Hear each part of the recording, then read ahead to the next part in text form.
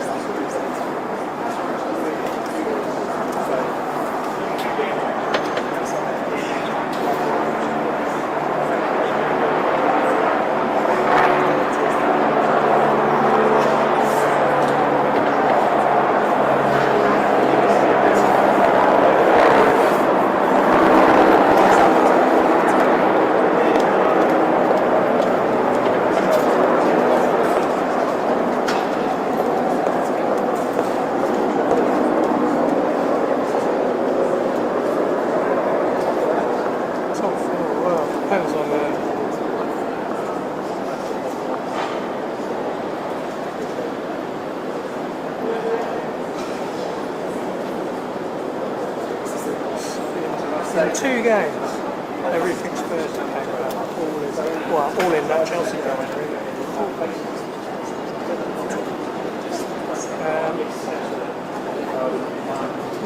Not if you decide to keep it tight and close the game out.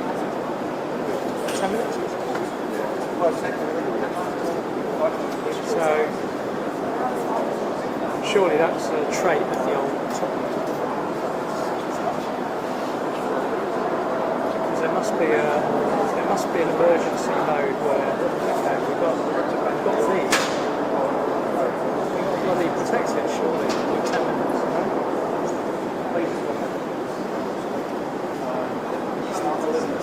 He said he'll never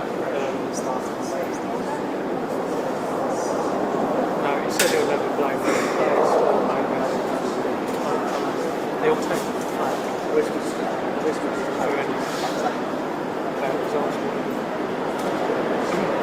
but he just wants to tackle it.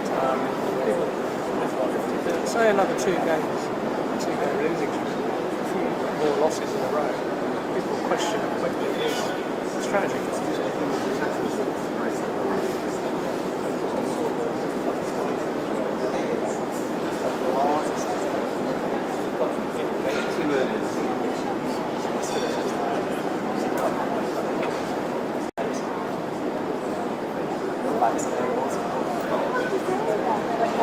No, but just that particular game. Show that you've got some practical sense about you. You're going to protect a 1-0 lead. Sensible. Doesn't mean you're not. No one would have it.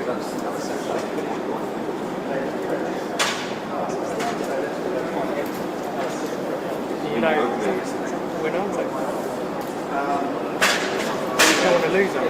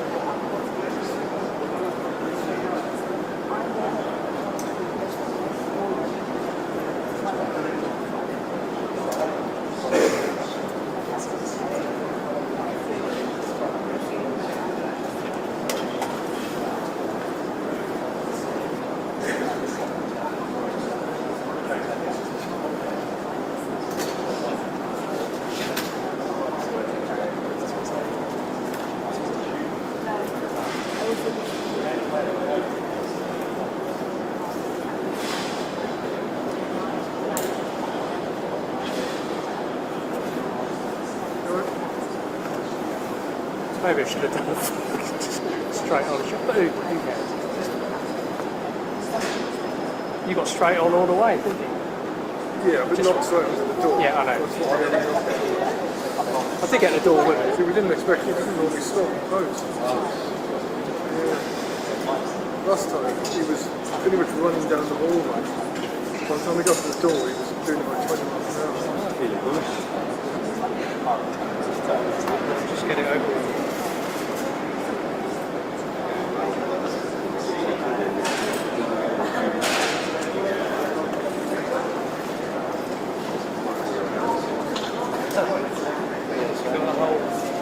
Found it.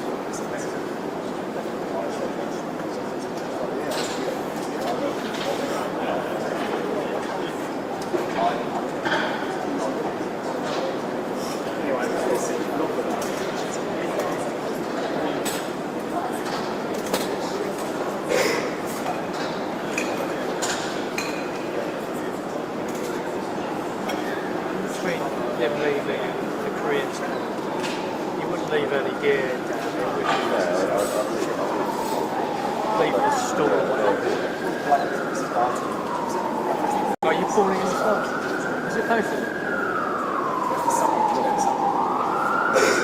No, they're both turning up on the doorstep.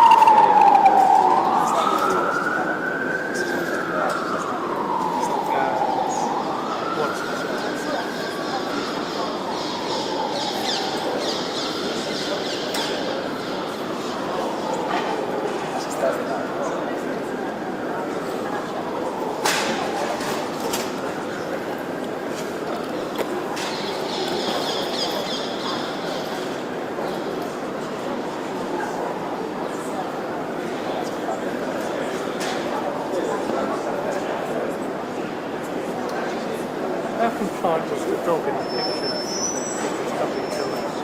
How many times?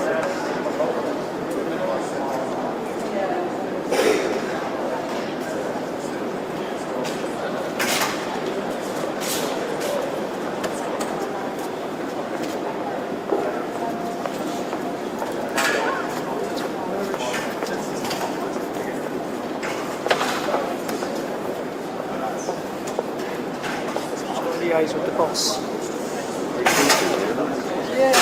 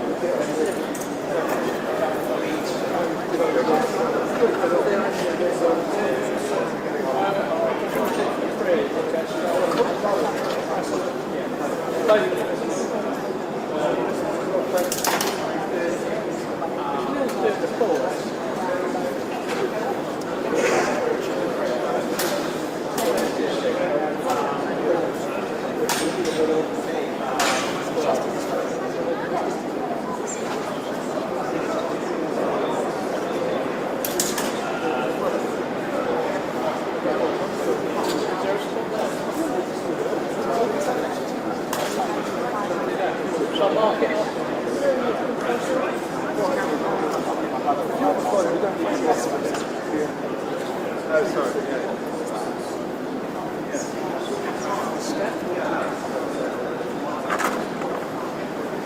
No, I'm still there, but I need to forward the South Koreans.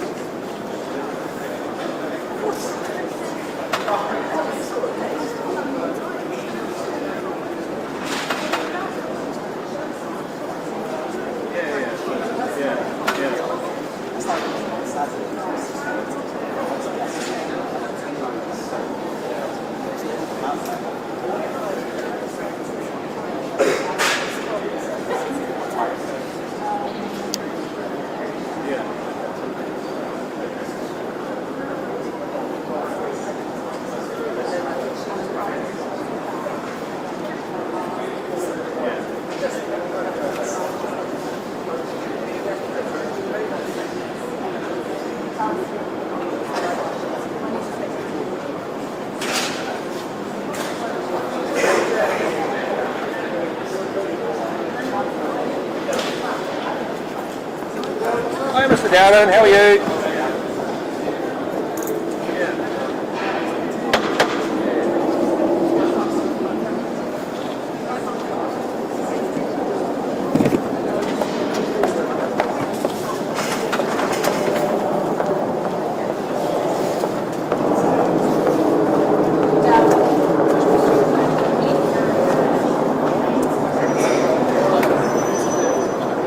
Lovely to see you.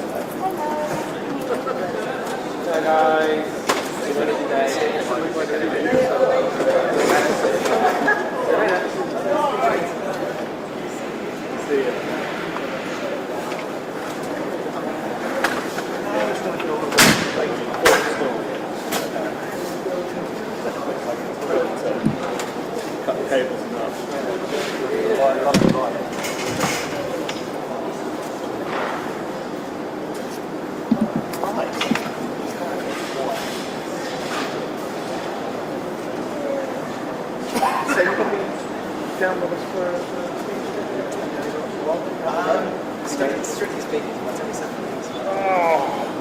It'll be more exciting during the election period. Oh yeah, it's the coldest street in the world, without question.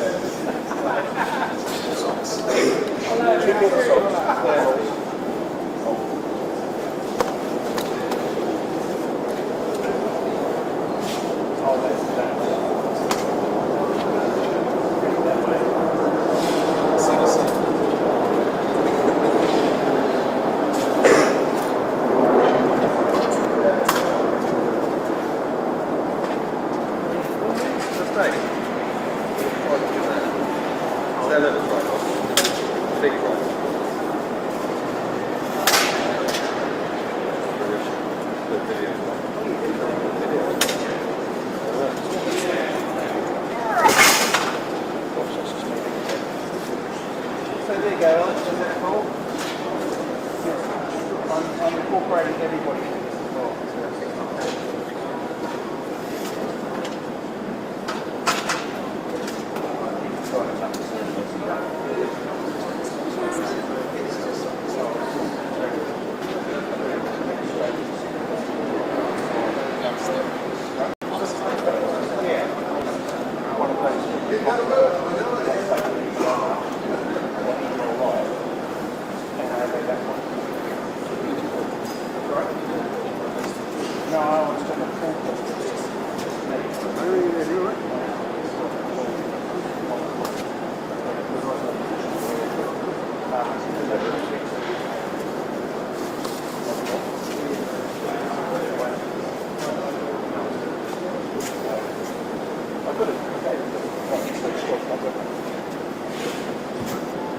ended up being a riot. Okay.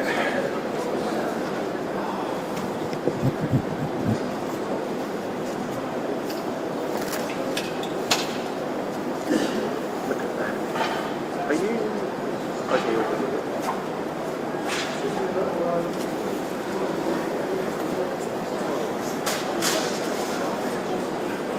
I haven't seen anything down here.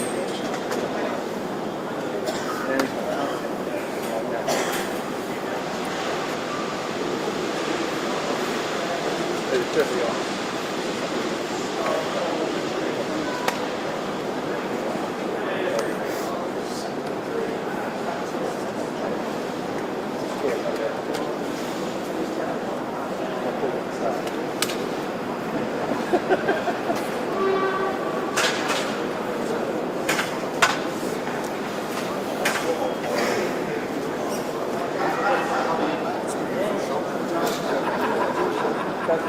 You know what? The offset is the same. It's like a nice angle. It's just like stereo. All I've wanted to front. So what do you think?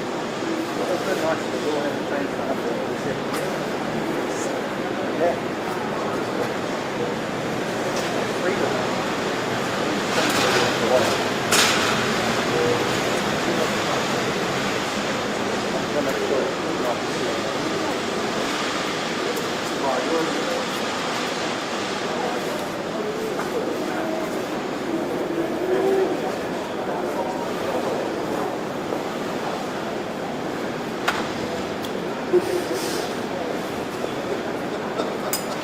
Hello, Harry. It's Aaron. How are you doing? You all right? Very good, thank you. Lovely to hear you. I am down at the wonderful Downing Street, TX2. Can you see a front door of Downing Street when you're done? Number 10. Police officers just walked in front. It's fine. So yeah, that should be going out Paul for everyone, and we should be all happy.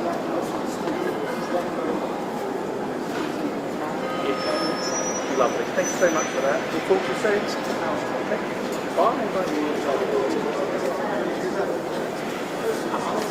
Seeing and hearing.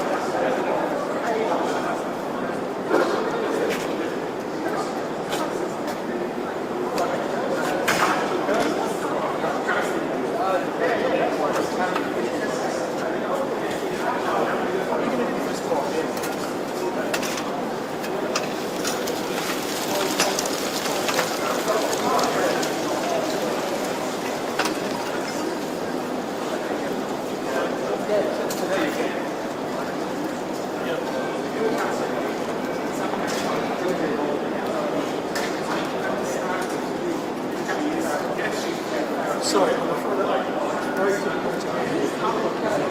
Like I said, we can change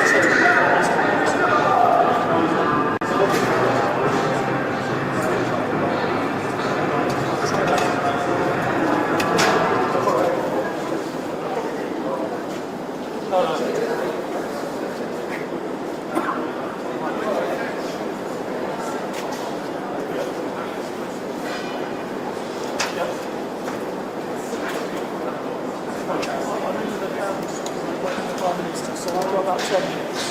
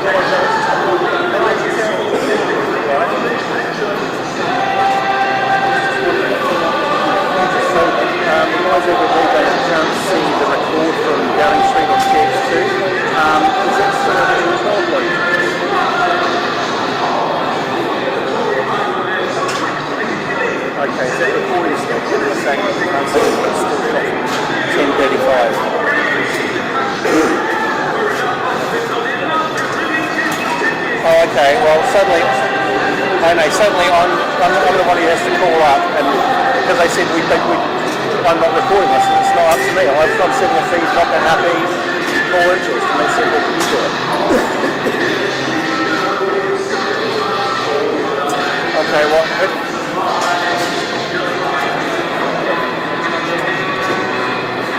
I'll call Andy. I think I'll call Andy and see if he can sort it out. Well, have you got access to the small box? Do you just get your speaking mistake? Can you do it?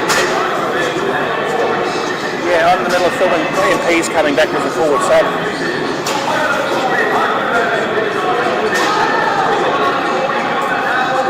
yeah, but suddenly it's all come on me and I'm in the middle of trying to work. So I'll tell you what I'll do. I'll call him up, I'll call up Andy and see if he can do it. Now I'll just talk to Andy slow. Yeah, but no one talks to anybody in this place. In the business communication, no one talks. Thanks, Nick. I'm so sorry, mate, to drag you on this. Poor man. Alright, you have a good one. Talk to you soon. Bye-bye.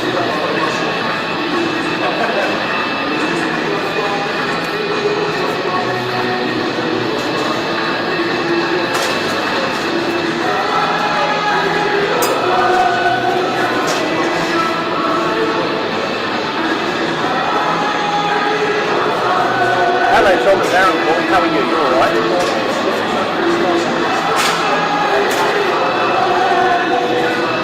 Right, okay then. Bit of a problem. No one can see my stuff feeding in from Downing Street.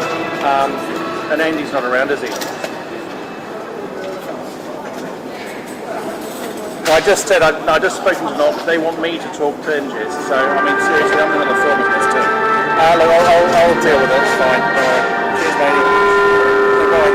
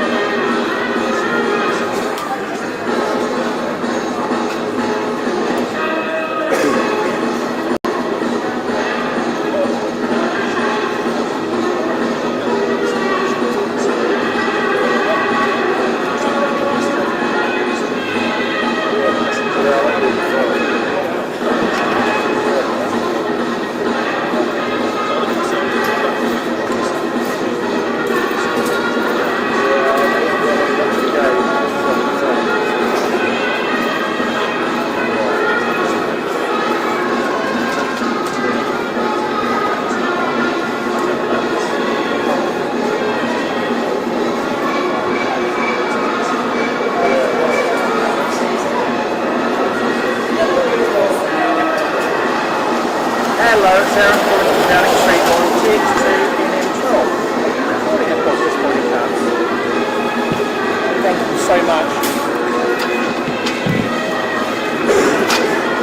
So is that you? You should be seeing the film Downing Street door and a car coming into the shop very shortly. Oh, thank you so much for that. Yeah, it's brilliant. An absolute star. Thanks for that. Well, until he leaves, probably till 12, after 12, right? So 12 when we're done. You back? You're an absolute legend for that. Thanks for that. Maybe more, but bye now.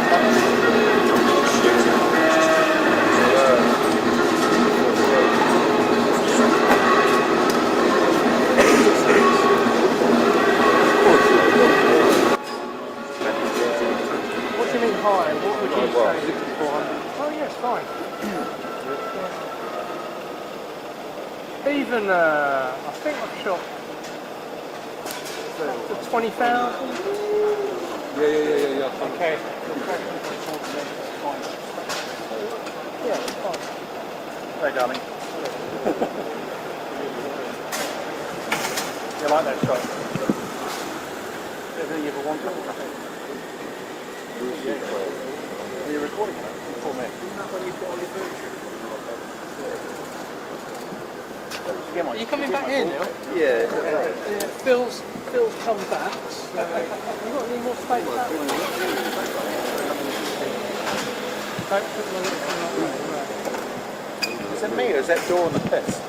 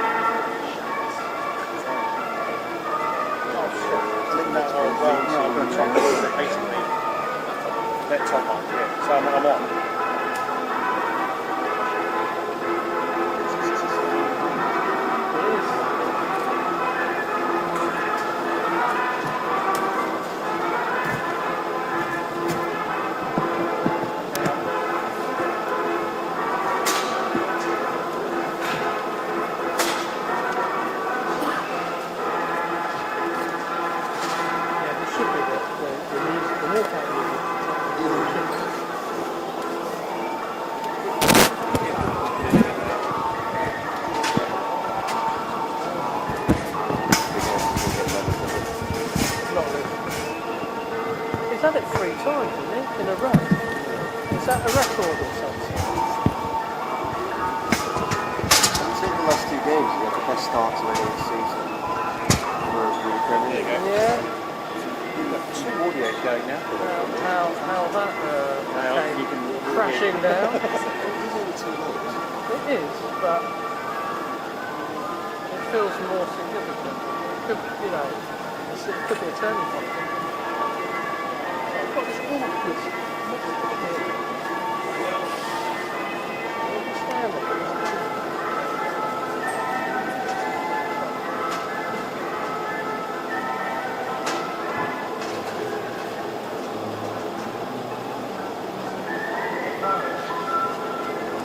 why can't we get the 5-minute call and a 3-minute call and a 2-minute call like last time? Here we go. Yeah. Oh, Luca, you and your bloody camera.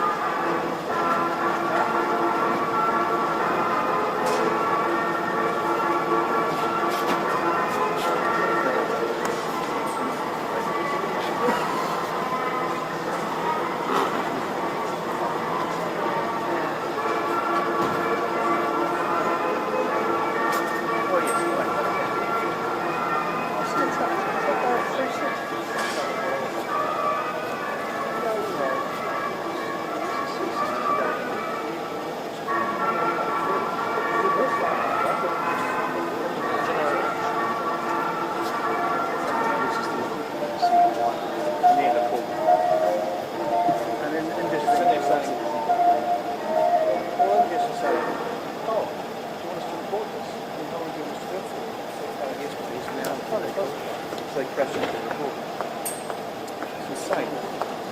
But then it wouldn't be because it's stuck in right back into the rain. So 180 at the very most. See. Morning. No. They do it on their own instinct. Actually, no, I'm delighted to be here.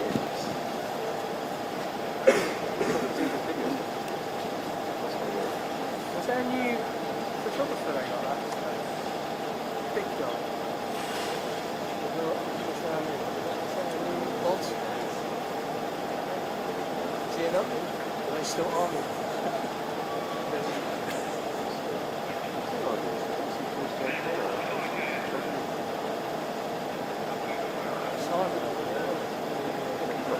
I've got that called a pre-roll on there as well, so the camera's really cool. So I've been cool to make some button.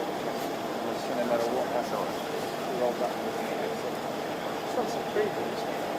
That's still very good. Essentially, this is basically one of your days in Bomb disposal. It's been, So they go wrong, at least we know you've maybe we pulled back. Okay, right, so there's assistants around now. Stand by. Walker pulling out.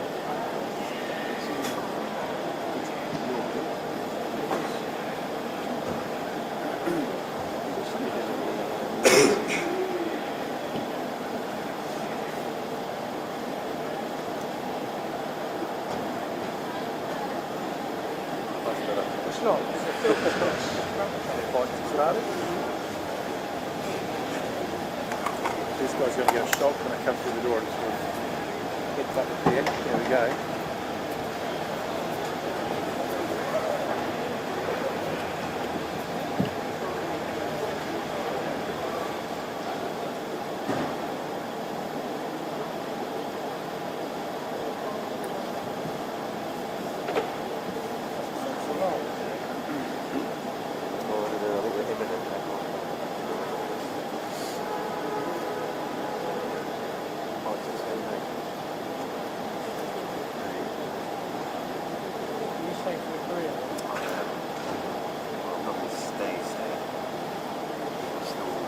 Some love.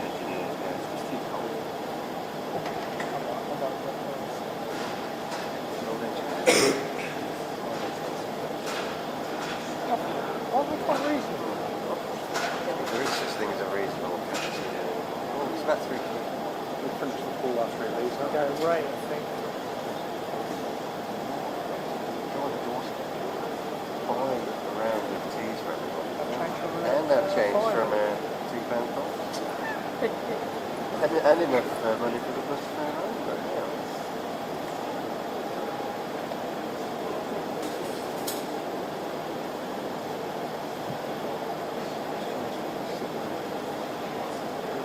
Can't get this change for 50 I remember it was all fields still. Yeah, oh yeah, it was. It was just all fields and a door in the middle of the field. Really weird. Was the pen still? It was just the pen and the door. It was just a picture. Never mind, it still isn't. And the other side of the door. Afford the price of a cup of tea. Gold tea. Never know what the shoot is up.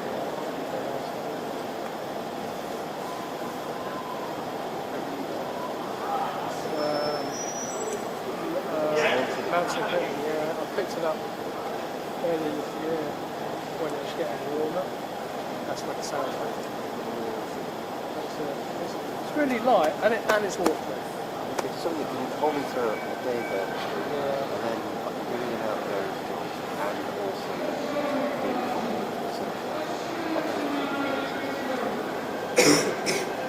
It's synthetic down and water, which is I think quite rare. Yeah.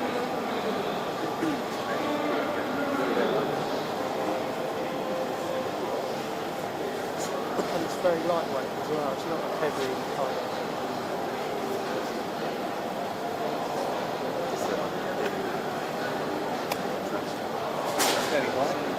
Steve up. What When are you you think wearing? of October,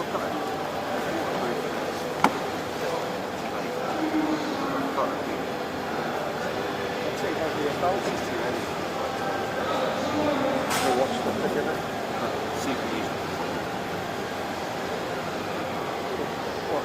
Pretty what fully.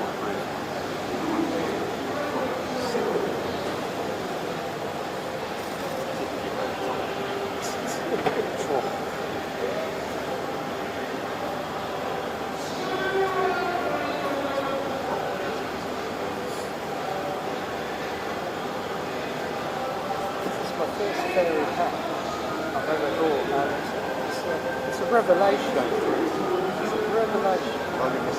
So you cover your ears, it's such, oh my god, it's so good. Probably going down the where you have with the bubble on it. It's just accidental treatment. Oh yeah, I wouldn't get that. Different spot.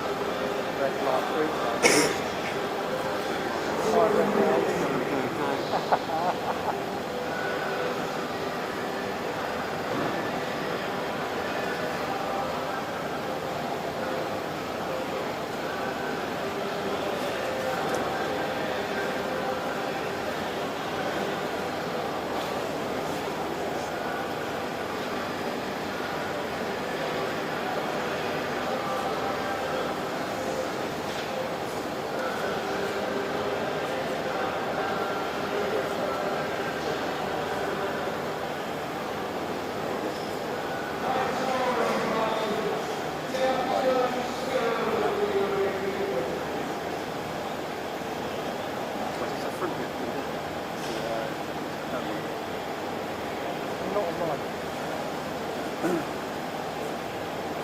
Turn the flaps up. Little ear holes for an extra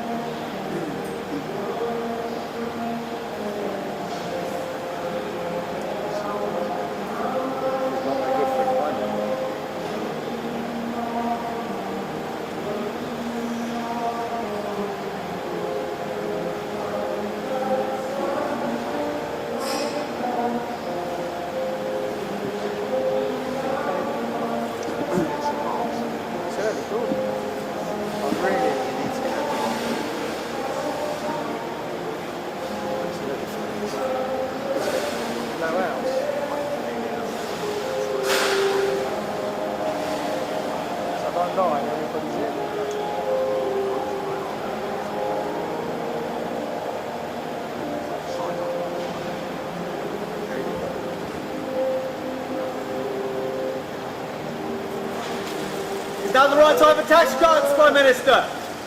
Is this the last chance for an election, Prime Minister? Are you being honest with the public about the economy, Prime Minister?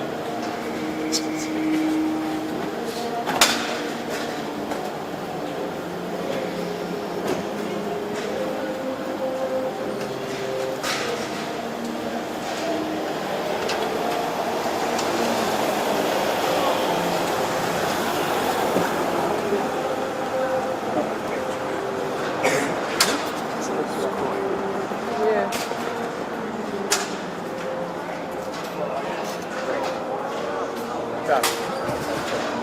Right, if I pull up and just end the call now.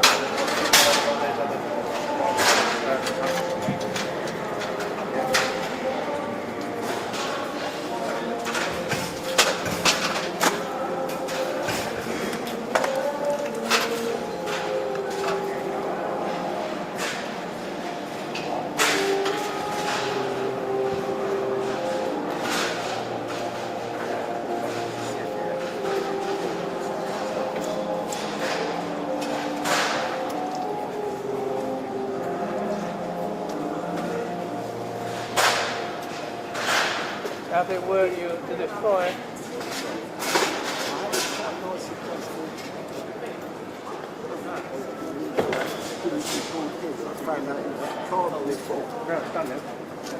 The car was full. It went up all the way up. Hello, Cadence. That's a lot of pictures. Oh, hello, Izzy. How are you? Thanks for... Yeah, it's not a problem. Can I stop and start there now? Thank you. Now he's gone. Does it fire in Trouble error? is, I'm on a channel with someone else as well. So Yeah, but there's a million channels on. no, I know, but I think that's a bad idea. It just fills it up. Sometimes I go on the simplest channel like 1, 2, 3 or 4, which you think everybody else is thinking. I'm not going to use that because everybody's using it.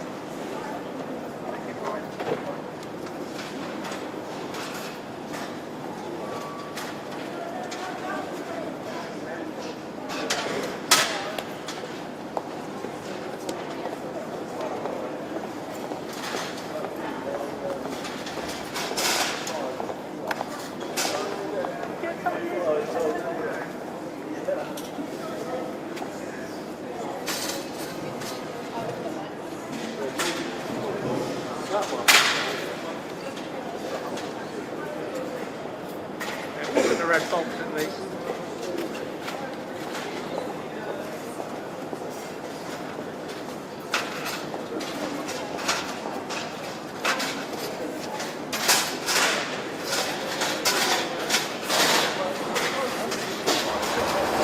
I thought it was half full.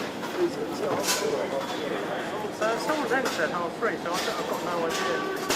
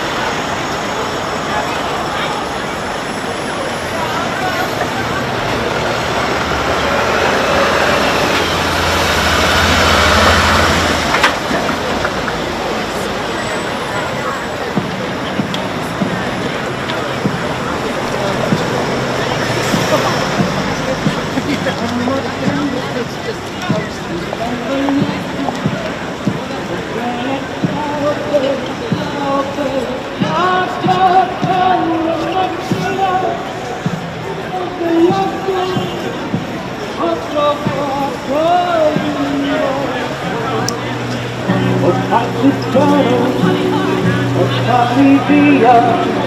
Oh bella ciao, bella ciao, bella ciao, ciao, ciao, partigiano, portami via.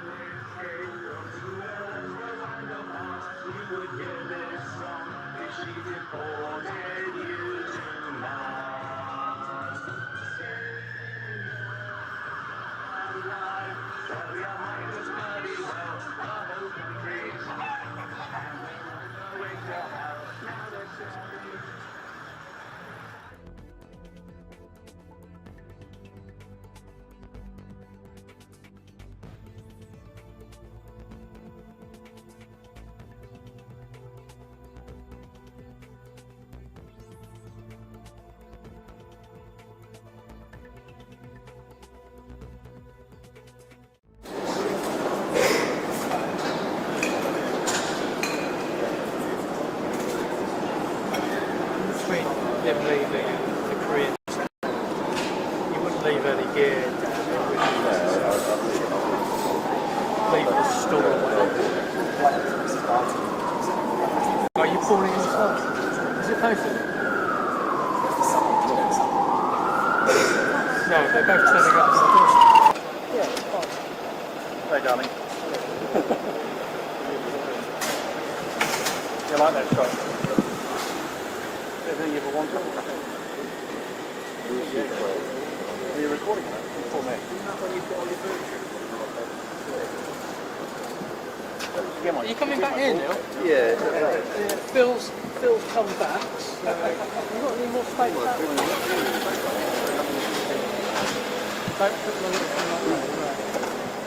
Is that me or is that door on the piss?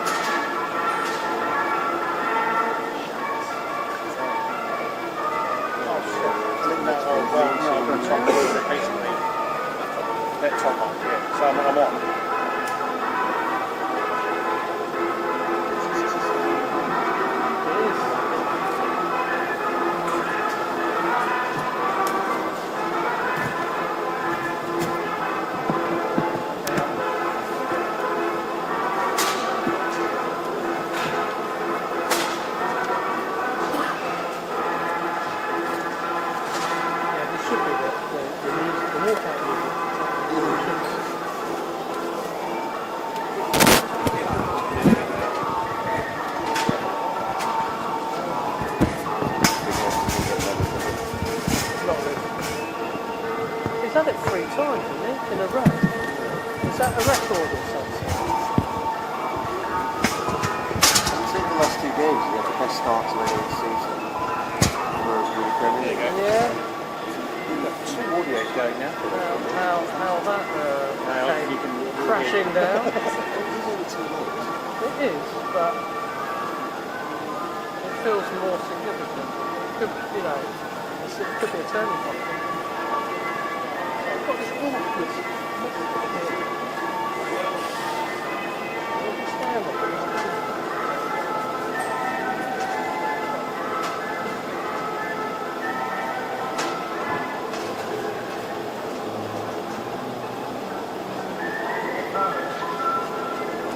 Why can't we get a 5-minute call, and a 3-minute call, and a 2-minute call like last time? Here we go. Oh, Luca, you're in the bloody camera.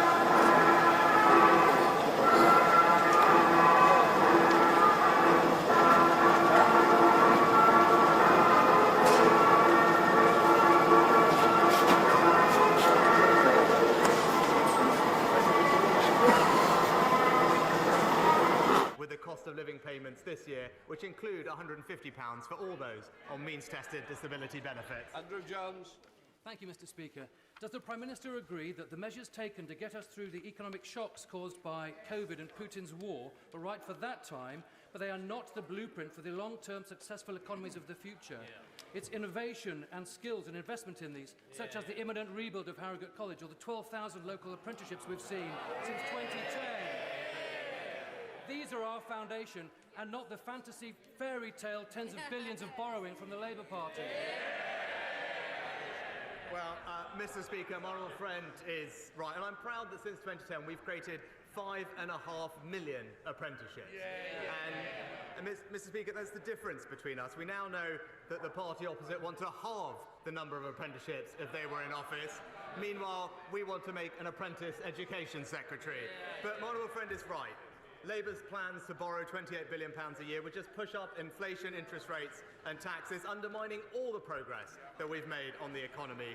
And it's only the Conservatives that will give people the opportunity to build wealthier, more secure lives for them and their families. Leader of the Opposition, Keir Starmer. Thank you, Mr. Speaker. Like the Prime Minister, I know the whole House will welcome the agreement reached overnight. We repeat our calls for Hamas to release all hostages immediately. This humanitarian pause must be used to get the hostages out safely, to tackle the urgent and unacceptable humanitarian catastrophe in Gaza, and to make progress to a full cessation of hostilities. Mr. Speaker, in recent years, the international community has treated the two-state solution as a slogan rather than a serious strategy, and that must now change. Like the Prime Minister, I'm sure I speak for everyone in the House in saying our hearts go out to the families and friends of the 4 young men from Shrewsbury who tragically lost their lives this week. It's a living nightmare for any parent, and I can hardly begin to imagine their loss. Mr. Speaker, this week the Prime Minister unveiled the latest version of his 5 pledges for the country. Let's hope he has more success with these than the last ones.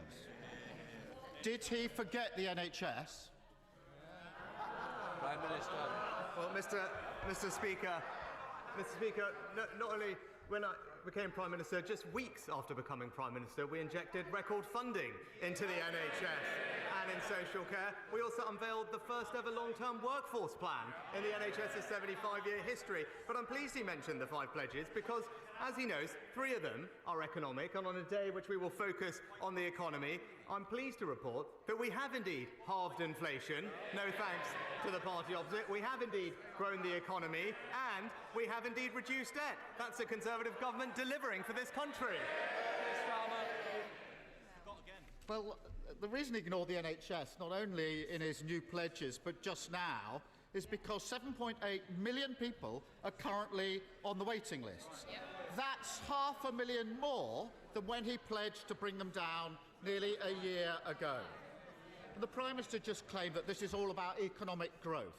So let me ask him, if a labourer or a care worker is forced to wait a year for an operation, how are they meant to help grow the economy? Mr. Speaker, we're doing an enormous amount to bring waiting lists down. Enormous amount. Expanding patient choice, rolling out new community diagnostic centres, new surgical hubs, as well as putting more doctors and nurses in our ward. But I guess the question, Mr. Speaker, is when he talks about targets and waiting lists, I really just hope that the Welsh Labour government aren't listening. Because after 25 years in power, they're missing every single one of his targets. Weren't they meant to be his blueprint? Mr. Speaker, more than double the entire population of Wales are currently on a waiting list in England. He really needs to take some responsibility. And on his watch, 2.5 million people are too sick to work, with the majority also suffering from mental health issues. On top of his failures on waiting lists, can he tell us how many people are waiting for mental health treatment? Well, actually, Mr. Speaker, we've injected record sums to expand the number of mental health treatments in our country. But, Mr. Speaker, I talked about the practical things that we are doing with CDCs and surgical hubs. But he doesn't also seem to realise that the union action that he fails to condemn and that his members of parliament support from the picket lines have led to several 100,000 cancelled appointments, all making waiting lists worse. And he asked about Wales, but we can look at it. In Wales, over 70,000 people are waiting over 18 months for treatment, compared to in England, where thanks to our efforts, we have virtually eliminated 18 months wait. And that's the difference between us, Mr. Speaker. He wants to play politics, we get things done. So raising the waiting list by 500,000 is getting things done. He's through the looking glass, this one. I asked the Prime Minister how many people are waiting for mental health treatment. He knows the answer, he just doesn't want to give it. 1.2 million. 200,000 are children, some waiting nearly 2 years to be seen. Would the Prime Minister accept those kind of delays if it were one of his family or friends? Prime Minister. Well, Mr. Speaker, one of the key things we are doing to bring down waiting lists is to expand the access of patient choice. It's a very straightforward idea to make sure that patients can choose where they get treated, and that way we will bring down waiting lists for mental health and other treatments far faster. Now, the Labour Party's policy on this is a total and utter mess. First, he promised, in his words, to ban NHS use of the independent sector. Then he said he wants more use of the independent sector. His shadow health secretary agreed with that, but then the deputy leader said that she would end it. As ever, you simply don't know what they stand for, and you can't trust a word they say. As ever, no responsibility for the shocking state of the NHS. The truth is, the Prime Minister would not accept those waits for his family, and neither should anyone else. This morning I spoke to an NHS nurse. For many months, For many months, Cam struggled to find time to see her 14-year-old son, Mikey, until he became seriously unwell. And now he hasn't been able to be in mainstream education for over a year. Mikey's mum is having to balance nursing with caring and being a parent. And this isn't a one-off. There are families up and down the country in exactly the same situation, working hard, trying to get through the cost of living crisis whilst desperately worried about relatives who can't get the treatment they need. How does he think they feel when they see the Prime Minister refusing to take responsibility and boasting that everything is fine? Mr. Speaker, we're doing absolutely everything we can to put money into the NHS to bring down the waiting list, because I do want families up and down the country to have access to the healthcare that they need. He's absolutely right, they do deserve it. But then it is incredibly galling, Mr. Speaker, to hear this from someone who, when there are strikes happening in our hospitals and people are being denied access to emergency medical care, not only does he not have the strength to condemn it, he refuses to back legislation that would guarantee all the families that he talked about that access. This is on his watch. It's his responsibility. 13 years in, and all he's got to offer is trying to blame the opposition for his failures. Over and over again. Mikey's mum. I'll tell you what Mikey's mum said to me this morning, shall I, if you're so interested to hear. She said, and I'm going to quote her, she said, whatever spin the government puts on it, you can't hide the reality for ordinary working people. That's her words. Worth reflecting on. Now, I'm glad that in recent years, real progress has been made in tackling the stigma surrounding mental health. But the fact remains that the suicide rate for 15 to 19-year-olds has doubled since 2010, and suicide is now the biggest killer of men under 45. And they're not just statistics. Every single one is a tragic loss to families and to friends. Politics has the ability to turn this around. It means tough choices. If we were to scrap tax loopholes, we could have thousands more staff, more support in our schools, more support in our communities. That would allow us to treat patients on time, getting them back to work, back to their families, and crucially, giving them their lives back. This is about mental health. That's Labour's plan. Will he back it? Prime Minister. Well, Mr. Speaker, it was this government that for the first time in the NHS's history ensured that it had a long-term workforce plan, providing it with record funding so that we can eliminate long waits, but also ensuring that it has the money that it needs to train record numbers of doctors and nurses, whilst radically reforming how they work to improve productivity, because the only way we will get everyone the treatment that they need is to make sure that the NHS has a fantastic staff that it needs, and it's this government that has put that in place. And we can look, because he talks about records, Mr. Speaker, because this is something that no government has done in the past. It's something I'm proud we've done. Labour's record on this issue is clear. It was a disastrous failure of workforce planning. And those weren't my words, Mr. Speaker. Those was the verdict of the Labour-chaired Health Select Committee. It was Labour that did not train the consultants that we would need now, that take 13, 14, 15 or years to train. And it's this government that is for the first time making sure that every family will finally have the doctors and nurses that they need. Thank you very much, Mr. Speaker. Access to housing that local people can afford is the biggest challenge we face in Cornwall. And whilst we need to build more houses, we need to ensure that they are available and affordable to local people and meet the needs of our rural and coastal communities. Now, local knowledge, particularly from elected representatives, is an important part in ensuring we achieve this. Yet the Leader of the Opposition has made clear that his intention is to ignore or override the views of local people in decisions on planning matters. Can the Prime Minister assure me and the people of Cornwall that under his government, the views of local communities will play a part in the planning process?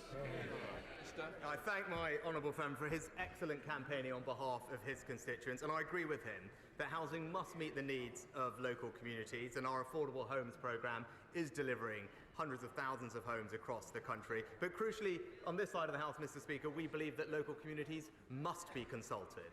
In contrast to Labour's plan, which is top-down housing targets, concreting over the Greenbelt and destroying our precious countryside. SNP leader Stephen Flynn. Thank you, Mr. Speaker. I think all of us in the Chamber are united in our relief at reports that hostages are due to be released by Hamas in Gaza. But we can't afford to lose sight of what comes at the other side of the temporary pause in hostilities that we are about to see.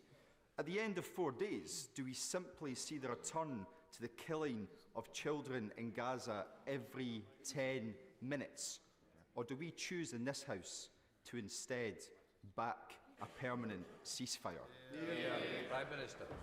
Well, Mr. Speaker, we do welcome the agreement reached overnight, and as I said, this is something that we have consistently pushed for and is a crucial first step as we try and resolve this situation and indeed the humanitarian crisis in Gaza. Of course, we want to see all hostages released as quickly as possible, including British nationals, and I would urge all parties involved to deliver the agreement in full. I would also like to put on record my thanks to Qatar for their important role, and we will continue to work with the United States and Israel to ensure the safe return of hostages and maximise the opportunity of this temporary pause to step up aid to suffering civilians in Gaza. It is something that we have pushed for, we've continued to do, and the UK is playing a leading role in delivering. Stephen Flynn. Mr. Speaker, ultimately it's not a pause in the killing of children that we need. It is an end to the killing of children that we need. And I can think of no better time than now for the Prime Minister to advocate for that permanent ceasefire. But given that he won't currently do that, will he instead lay the foundations for that two-state solution by finally recognising the state of Palestine? Prime Minister. Mr. Speaker, actually what the agreement that has been reached demonstrates that it wasn't right to have a unilateral ceasefire, and what was right was to do, as we have done, consistently push for a pause that would allow not just for aid to reach people in Gaza who desperately need it, but also for hostages to be released. That is what we have pushed for, and I'm glad that that is now being delivered versus a unilateral ceasefire, which would have emboldened and strengthened Hamas. And our position on the Middle East peace process more broadly is clear. We do support a negotiated settlement leading to a safe and secure Israel living alongside a viable and sovereign Palestinian state. I've spoken to President Abbas and met with him to discuss this issue, and we are clear about strengthening the Palestinian Authority and reinvigorating efforts to find a two-state solution. And our long-standing position is that we would recognise the state of Palestine when it best serves the interests of peace. Thank you, Mr. Speaker. Can I welcome the Prime Minister's Network North project, which will see the full £1.7 billion put into the Midlands Rail Hub, which will reopen the central platforms at Kings Norton train station, which have been derelict for so long. And can I ask him to bring forward the cash so we can increase capacity on the line and improve journey times? And can he look at my campaign to extend the new Camp Hill line to Longbridge, which will open up access to the new Longbridge Business Park, which he visited earlier in the year, which will be bringing back manufacturing jobs to Longbridge for the first time since MG collapsed in 2005. Well, I am pleased that my honourable friend's constituency will benefit from the decision on HS2 and benefit significantly from new Network North funding, an additional £1 billion to deliver the Midlands Rail Hub in full. And I know that decisions about Kings Norton are due to be made later this year, which should be good news to him. And the extension of the forthcoming Camp Hill line services between Birmingham and Kings Norton and Longridge will be assessed in due course as well. So I hope that's helpful, and I'm sure the Rail Minister keeps him up to date on progress. Sybil Roberts. All right, I'm sure the Prime Minister will join me and the communities that I represent in sending heartfelt sympathies to the families and friends grieving at the loss of 4 young men lost in a tragic accident in Carrick, Glenfrothin this week. People in North Wales pay the highest standing charges on energy bills at £340 a year. That's a third more than London. That's despite having lower average incomes, and people there living in older, poorly insulated houses. With a further increase in standing charges due next April, he must recognise that he can't leave this to Ofgem. Will his government, therefore, tackle unfair standing charges, and that before winter sets in? Mr. Speaker, we have provided an extraordinary package of support for households across the country to help with energy bills, totalling almost £100 billion over the past year or two. The Ofgem price cap has also fallen to around £1,800 currently, and our price guarantee will remain in place till spring of next year, which will provide further protection for families.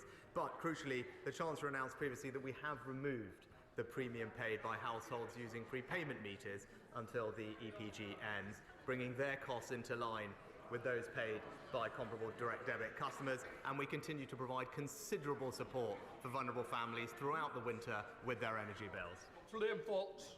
Thank you, Mr. Speaker. Setting strategic aims for the Middle East requires us to be precise about the terms we use, and that includes the word peace.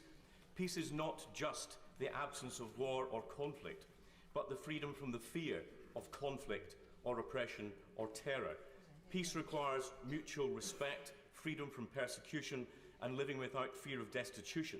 It comes with self-determination and liberation from arbitrary justice. It needs hope and dignity and enforceable rights. Does my right honourable friend agree that only when all the people of the Middle East can achieve all of these things can any of us talk about having achieved peace? Well, I agree wholeheartedly with my right honourable friend and thank him for what he says, and I know his advice will continue to be of value to the government as we find a way for a peaceful, more secure future for everyone living in the region. Patricia Gibson. Thank you, Mr. Speaker. The Scottish surcharge on energy, according to Ofgem, means that people in Scotland pay 50% more in standing charges than Londoners, despite exporting 3.2 million hours of electricity to England in the last 2 months alone. Meanwhile, Scottish green energy producers pay higher charges than English power companies to connect to the grid. Does the Prime Minister think that this is fair to Scotland's consumers and businesses?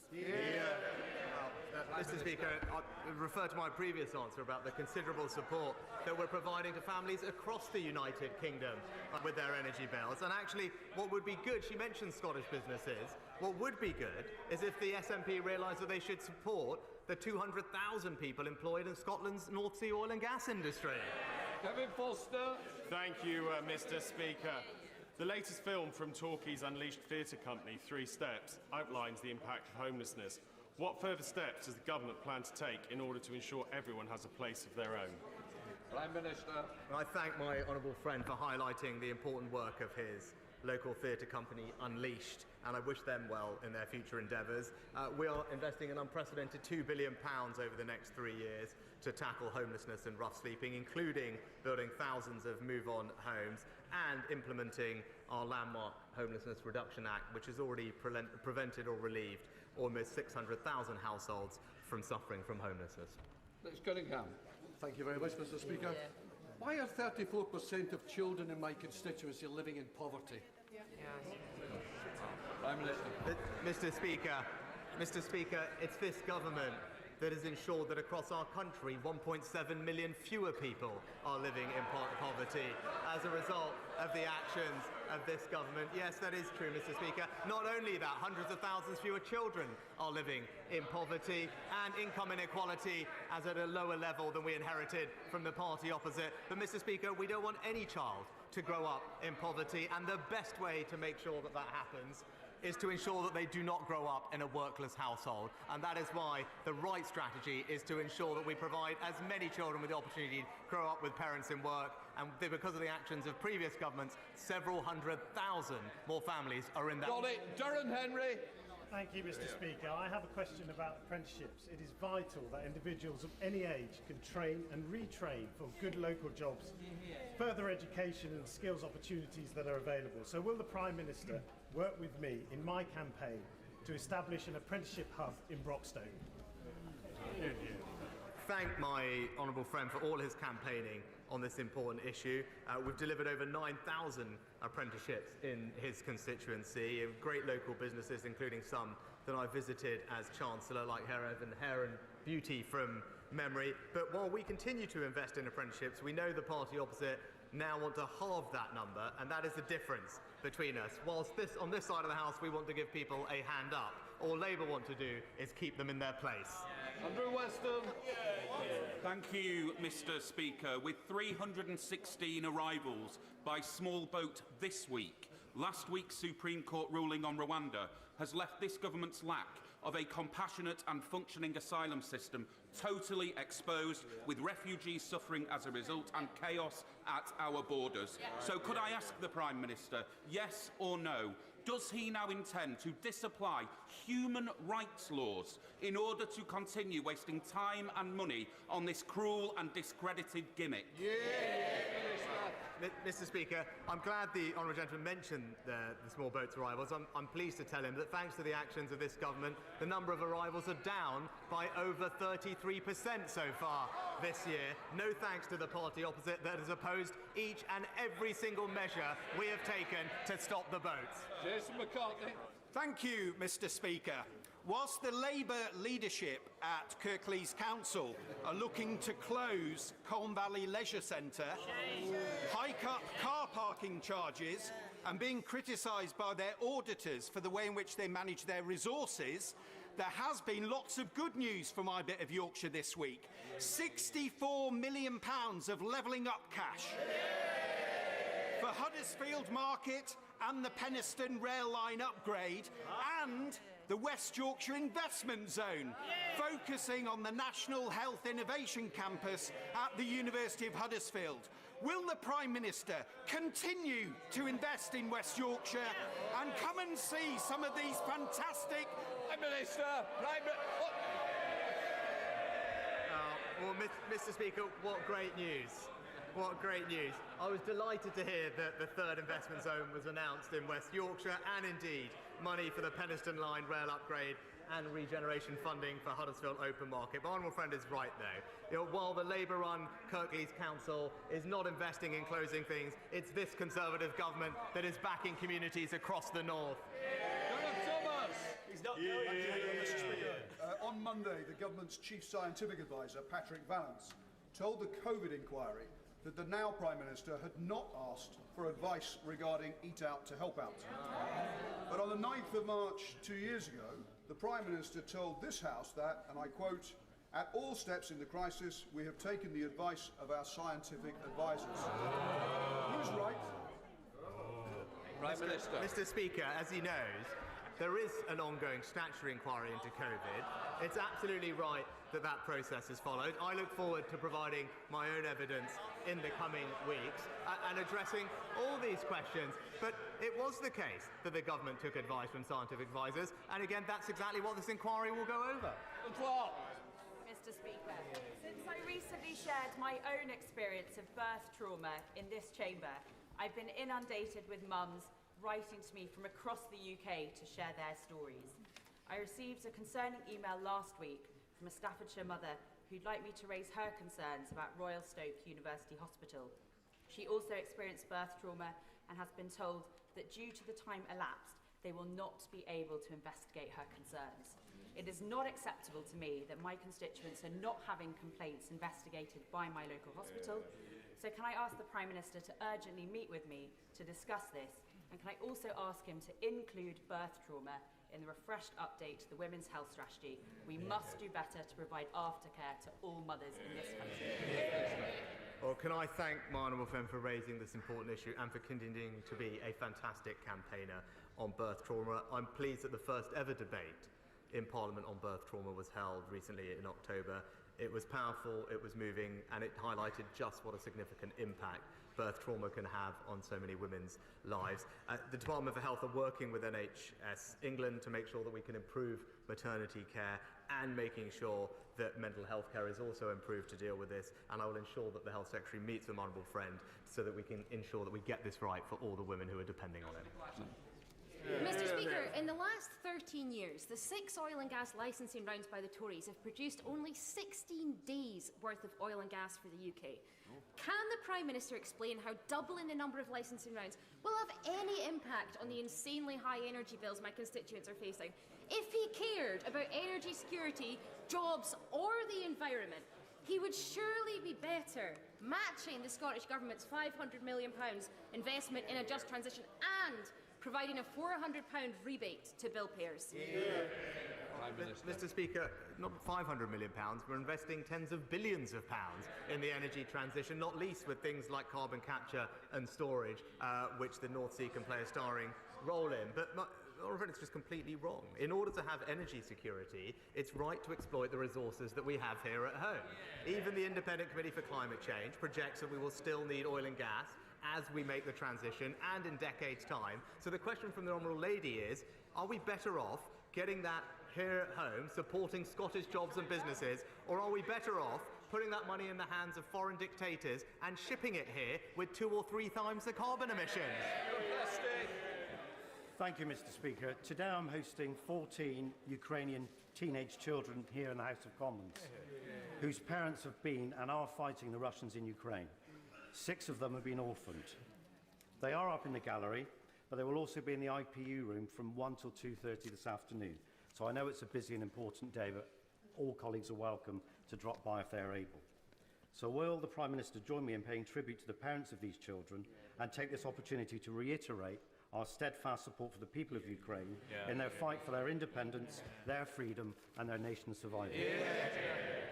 Well, I do join my honourable friend in paying tribute to the parents of these children and many others, but also to take the opportunity to say that whilst events in the Middle East have been dominating the headlines, I can assure my honourable friend that we and our allies are steadfast in our resolve to support Ukraine for as long as it takes for them to achieve victory. And that's why the Foreign Secretary visited both Kyiv and Odessa last week, confirmed the UK's continued unwavering support for the Ukraine. Putin cannot hope to outlast the incredible resolve or spirit of the Ukrainian people, and they should continue to have our support for as long as it takes. A few weeks ago, the world cringed at the Prime Minister's fawning welcome for Elon Musk. Yep. And this week, advertisers are fleeing Musk's platform after his latest vile outburst. So what exactly did the Prime Minister think he might learn from an unelected, super-rich individual who had taken over a once successful organisation and plunged it into a death spiral? Mr. Speaker, it is striking. It is striking from the honourable member from Cambridge, of all places, to absolutely not understand the importance of technology sectors and companies to the growth of our economy. Absolutely extraordinary. It actually illustrates everything that is wrong with Labour's approach to our economy, Mr. Speaker. What the rest of the world saw was the UK playing a lead in defining the regulations and approach to a technology that is going to transform how we live. It was a great example of the UK leading the way, an enormous tribute to our incredible entrepreneurs and businesses, many of which are being poorly represented by him and his constituents. Thank you, sir. Today is Red Wednesday, when we remember millions of Christians and others worldwide persecuted for their faith. People like Margaret Atta, a nurse, a lovely young mother of 4, here today from Nigeria, who hid behind the altar as her church service was attacked. 100 were injured, 41 killed that day simply for being in church. Margaret lost both legs and an eye. And thousands more suffer similarly in Nigeria each year. So does the Prime Minister agree that the best way we could honour Red Wednesday today is to commit to quickly implementing the good words of the new International Development White Paper published yesterday to ensure UK development policies going forward are inclusive of those marginalised for their religion or beliefs? Prime Minister. Can I thank my honourable friend for her continuing dedication as my special envoy for this vital issue. Red Wednesday is an important moment to demonstrate our solidarity with Christians and all those persecuted around the world for their religion or belief. And marking this event annually was just one of the recommendations in the Bishop's report. And I'm pleased that today we will light up FCDO buildings in the UK in red in support. And I'm also pleased to say that we've taken forward all 22 recommendations in a way that we believe is making a real change for those persecuted for their religion or belief. That completes Prime Minister's questions. Before I call the Chancellor, it may help the House if I set out how proceedings on the autumn statement will unfold. Once the Chancellor has delivered his statement, copies of the resolutions relating to the statement will be made available in the Vote Office and online. I will then call the Shadow Chancellor and other honourable members to ask questions. This will follow the usual pattern for a ministerial statement. At the end of questions on the statement, the Chancellor will be called to move a motion under Section 5 of the Provisional Collection of Taxes Act 1968. The question on this motion must be put without debate. We will then proceed to do the debate on the autumn statement resolutions. A minister will move the first of the resolutions and open the debate. Debate will take place over 3 days, concluding on Monday. At the end of the debate on Monday, the question on the first of the resolutions will be disposed of, and the questions on the remaining resolutions will then be taken formally without further debate. I now call the Chancellor to make the autumn statement. Chairman. Mr. Speaker, I come today with good news. It's my wife's birthday, and unlike me, she's looking younger every year. I turn to the statement.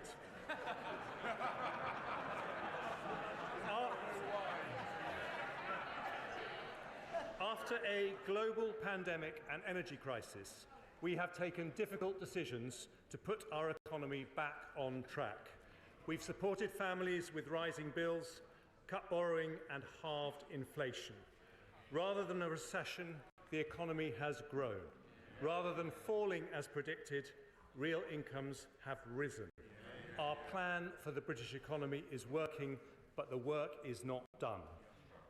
Others proposed a more short-term approach, but we have not made unaffordable pay offers to the unions. We have not stopped new oil and gas exploration, and we have not increased borrowing by £28 billion a year. That would have pushed inflation up just when we need to bring it down. Instead, under this Prime Minister, we take decisions for the long term. In today's autumn statement for growth, our choice is not big government, high spending and high tax, because we know that leads to less growth, not more. Instead, we reduce debt, cut taxes and reward work. We deliver world-class education. We build domestic sustainable energy. And we back British business with 110 growth measures. Don't worry, I'm not going to go through them all. But, well, I will if you like. But in summary, Mr. Speaker, they remove planning red tape, they speed up access to the national grid, they support entrepreneurs raising capital, they get behind our fastest growing industries, they unlock foreign direct investment, they boost productivity, they reform welfare, they level up opportunity to every corner of the country, and they cut business taxes. The Office for Budget Responsibility say that the combined impact of these measures will raise business investment, get more people into work, reduce inflation next year and increase GDP. But Conservatives also know that a dynamic economy depends on the energy and enterprise of people more than any diktats or decisions by ministers. So today's measures do not just remove barriers to investment, they reward effort and work. And I'll go through the measures in three parts. In the first, I'll use updated OBR forecasts to show the progress we're making against the Prime Minister's economic priorities. The second part sets out growth measures to back British business. Finally, I conclude with measures to make work pay. Before I start with the forecasts, I want to express my horror at the murderous attack on Israeli citizens on October the 7th and the subsequent loss of life on both sides. I will remember for the rest of my life, as I know many other honourable members will, being taken to Auschwitz by Rabbi Barry Marcus and the remarkable Holocaust Educational Trust.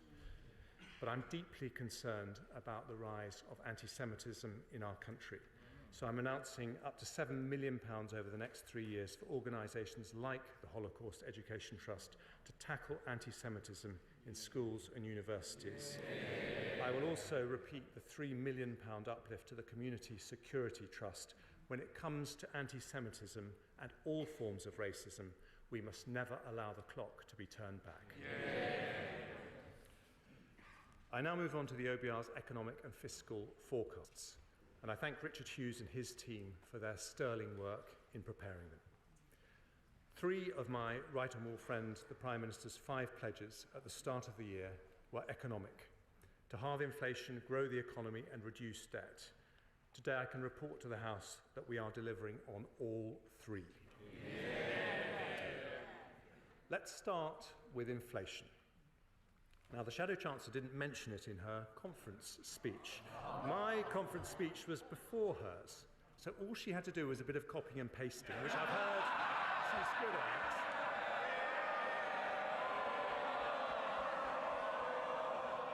But it speaks volumes that during the worst global inflation shock for a generation, it didn't even get a mention. Well, if controlling inflation isn't a priority for Labour, it is for us. When the Prime Minister and I took office, inflation was 11.1%. Last week it fell to 4.6%. We promised to halve inflation and we have halved it.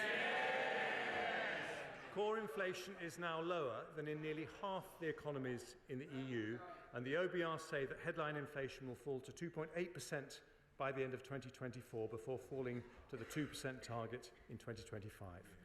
I will not take risks with inflation, and the OBR confirm that the measures I take today make inflation lower next year than it would otherwise have been. I thank the Independent Bank of England Monetary Policy Committee for their crucial role in bringing inflation down, and we will continue to back them to do whatever it takes until the job is done. But as we do, we will continue to support families in difficulty. And today I add 4 further measures to help with the cost of living. Firstly, for those on the lowest incomes, I understand the concerns some have about the effect on work incentives of matching benefit increases to inflation. I know there's been some speculation that we would increase benefits next year by the lower October figure for inflation, but cost of living pressures remain at their most acute for the poorest families. So instead, the government has decided to increase universal credit and other benefits from next April by 6.7% in line with September's inflation figure, an average increase of £470 for 5.5 million households next year. Vital support to those on the very lowest incomes from a compassionate Conservative government. Second, because rent can constitute more than half the living costs of private renters on the lowest incomes, I've listened closely to many colleagues, as well as the Institute for Fiscal Studies, the Resolution Foundation, Citizens Advice UK, and the Joseph Rowntree Foundation, who said that unfreezing the local housing allowance was an urgent priority. I will therefore increase the local housing allowance rate to the 30th percentile of local market rents. This will give 1.6 million households an average of £800 of support next year. Third, although I'm going to increase duty on hand-rolling tobacco by an additional 10% above the tobacco duty escalator, I know that for many people, going to the pub has become more expensive. I've listened closely to the persuasive arguments on alcohol duties from my honourable friend for Murray and my right honourable friend for Dumfriesshire, Clydesdale and Tweedsdale, fierce champions of the Scotch whisky industry. I've also listened to defenders of the great British pint, such as my right honourable friends for the Vale of Glamorgan and Buckingham, in my own constituency to Councillor Jane Austen, who is a big supporter of the Jolly Farmer pub in Bramley, and indeed to the Sun newspaper. So, as well as confirming our Brexit pubs guarantee, which means the duty on a pint is always lower than in the shops, I have decided to freeze all alcohol duty until August the 1st next year. That means no increase in duty on beer, cider, wine or spirits. Finally, pensioners. The triple lock has helped lift 250,000 older people out of poverty since it was instituted by a Conservative government in 2011. It's been a lifeline for many during a period of high inflation. There have been reports that we would uprate it by a lower amount to smooth out the effect of high public sector bonuses in July, but that would have been particularly difficult for 1 million pensioners whose only income is from the state. So instead, today we honour our commitment to the triple lock in full. From April 24, we will increase the full new state pension by 8.5% to £221.20 a week, worth up to £900 more a year. This is one of the largest ever cash increases to the state pension, showing a Conservative government will always back our pensioners. Including today's measures, our total commitment to easing cost of living pressures has risen to £104 billion.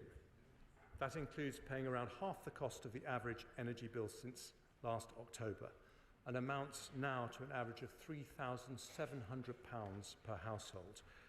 We are able to do that only because we reduced the deficit by 80% ahead of the pandemic, which the party opposite might reflect on, having opposed us every step of the way. Next, I turn to my right honourable friend, the Prime Minister's pledge to reduce debt. Before I took difficult decisions in last year's autumn statement, debt was predicted to rise to almost 100% of GDP by the end of the forecast. Since then, the economy has outperformed expectations, and I've taken difficult decisions to reduce borrowing. As a result, headline debt is now predicted to be 94% of GDP by the end of the forecast. The OBR today forecast underlying debt will be 91.6% of GDP next year, 92.7% in 24-5, 93.2% in 26-7, before declining in the final 2 years of the forecast to 92.8% in 28-29. That is lower in every year compared to forecasts in the spring. We therefore meet our fiscal rule to have underlying debt falling as a percentage of GDP in the final year of the forecast, with double the headroom compared to the OBR's March forecast. And we will continue to have the second lowest government debt in the G7, lower than the United States, Canada, France, Italy or Japan. I turn to borrowing. The Right Honourable Lady opposite said when it comes to borrowing, she will take it up to £28 billion a year. Take it up, Mr. Speaker. Indeed, she has opposed every decision we have made to reduce our borrowing. But, Mr. Speaker, this side of the House will bring borrowing down because, as the late Lord Lawson said, borrowing is just a deferred tax on future generations. Now, I see the Leader of the Opposition shaking his head. In fact, we do have something in common. Both he and I wanted to make a Jeremy Prime Minister.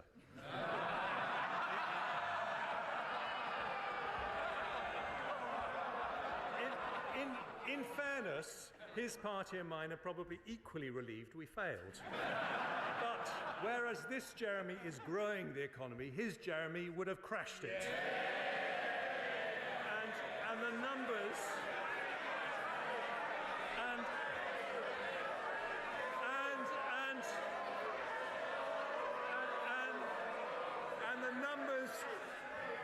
And the numbers show the contrast. According to the OBR, borrowing is lower this year and next, and on average across the forecast by 0.7 billion every year compared to the spring budget forecast. It falls from 4.5% of GDP in 23-4 to 3%, 2.7%, 2.3%, 1.6% and 1.1% in 28-29. That means we also meet our second fiscal rule, that public sector borrowing must be below 3% of GDP, not just by the final year, but in almost every year of the forecast. Some of this improvement is from higher tax receipts from a stronger economy, but we also maintain a disciplined approach to public spending. As I set out in the spring budget, resource spending will increase by 1% a year from 25.6 in real terms, and we are sustaining the record 2020 increase in capital spending in cash terms until the end of the forecast. Within this, we will meet our NATO commitment to spend 2% of GDP on defence, critical at a time of global threats to the international order, most notably from Putin's evil war in Ukraine. We also support a group of people to whom we owe our freedom, our brave veterans. I will extend national insurance relief for employers of eligible veterans for a further year and provide £10 million to support the Veterans, Places, Pathways and People programme, and I thank our excellent Veterans Minister for his championing of their cause. We have shown that we're prepared to increase funding for vital public services with record numbers of police officers, doctors, nurses and teachers.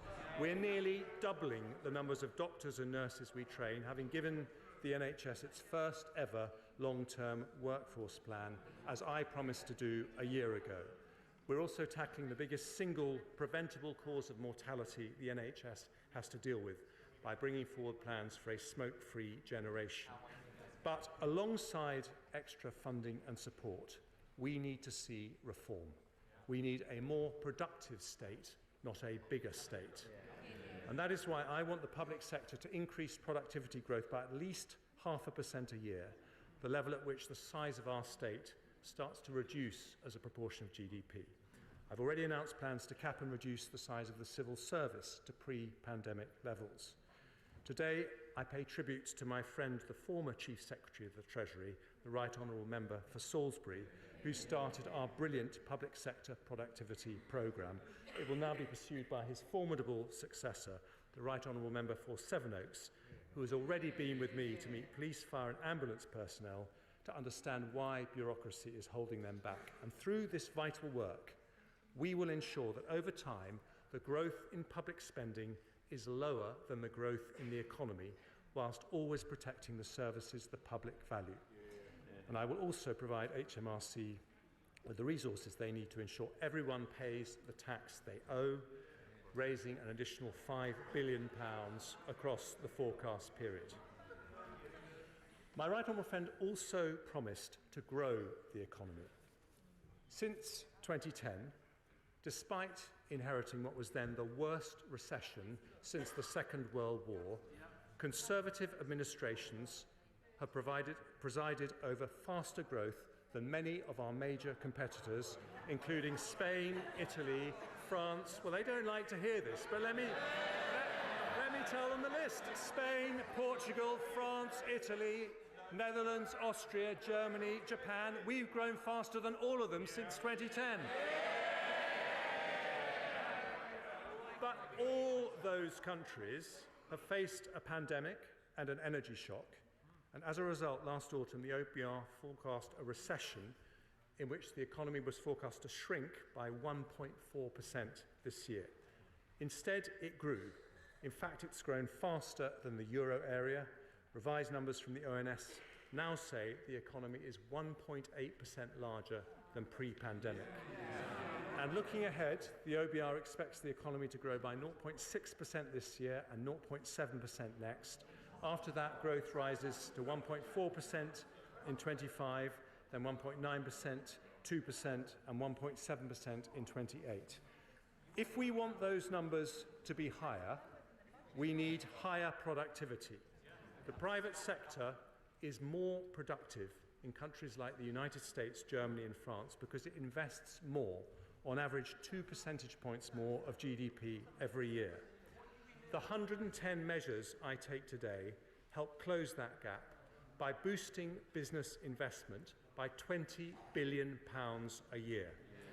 They do not involve borrowing more and ramping up debt, as some advocate. Instead, they unlock investment with supply-side reforms that back British business in the following areas.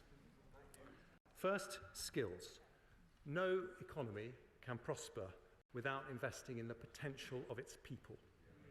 Despite strong opposition, we took difficult decisions to reform our schools. England's 9 to 10-year-olds are now the 4th best readers in the world.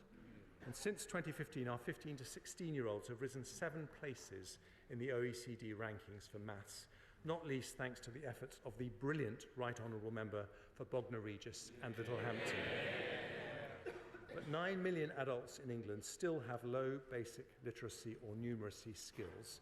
So last month, the Prime Minister set out the new Advanced British Standard to ensure all school leavers reach minimum standards in maths and English.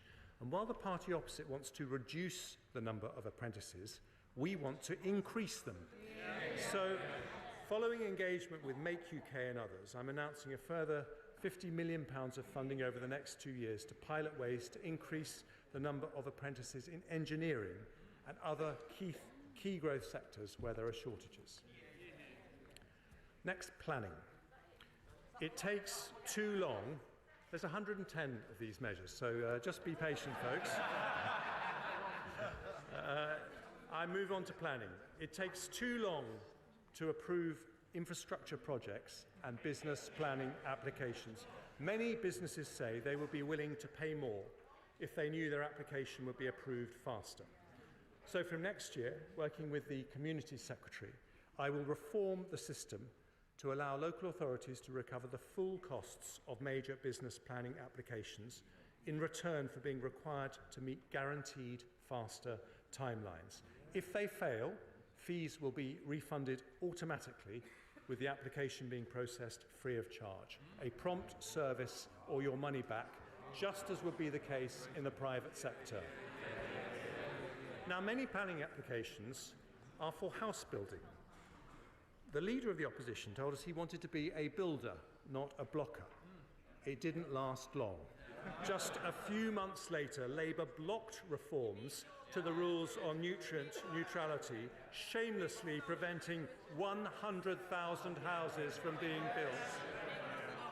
Conservatives, on the other hand, are the builders, with more homes being completed in 21-22 than any single year of the last Labour government. And today we take further decisions to unlock the building of more homes. We'll invest £110 million over this year and next to deliver high-quality nutrient mitigation schemes, unlocking 40,000 homes. We'll invest £32 million to bust the planning backlog and develop fantastic new housing quarters in Cambridge, London and Leeds, which will lead to many thousands of additional dwellings. We'll allocate £450 million to the Local Authority Housing Fund to deliver 2,400 new homes, and we'll consult on a new permitted development right to allow any house to be converted into 2 flats, provided the exterior remains unaffected. It's also taking too long for clean energy businesses to access the electricity grid. So after talking to businesses such as National Grid, Octopus Energy and SSE, we today publish our full response to the Windsor Review and Connections Action Plan.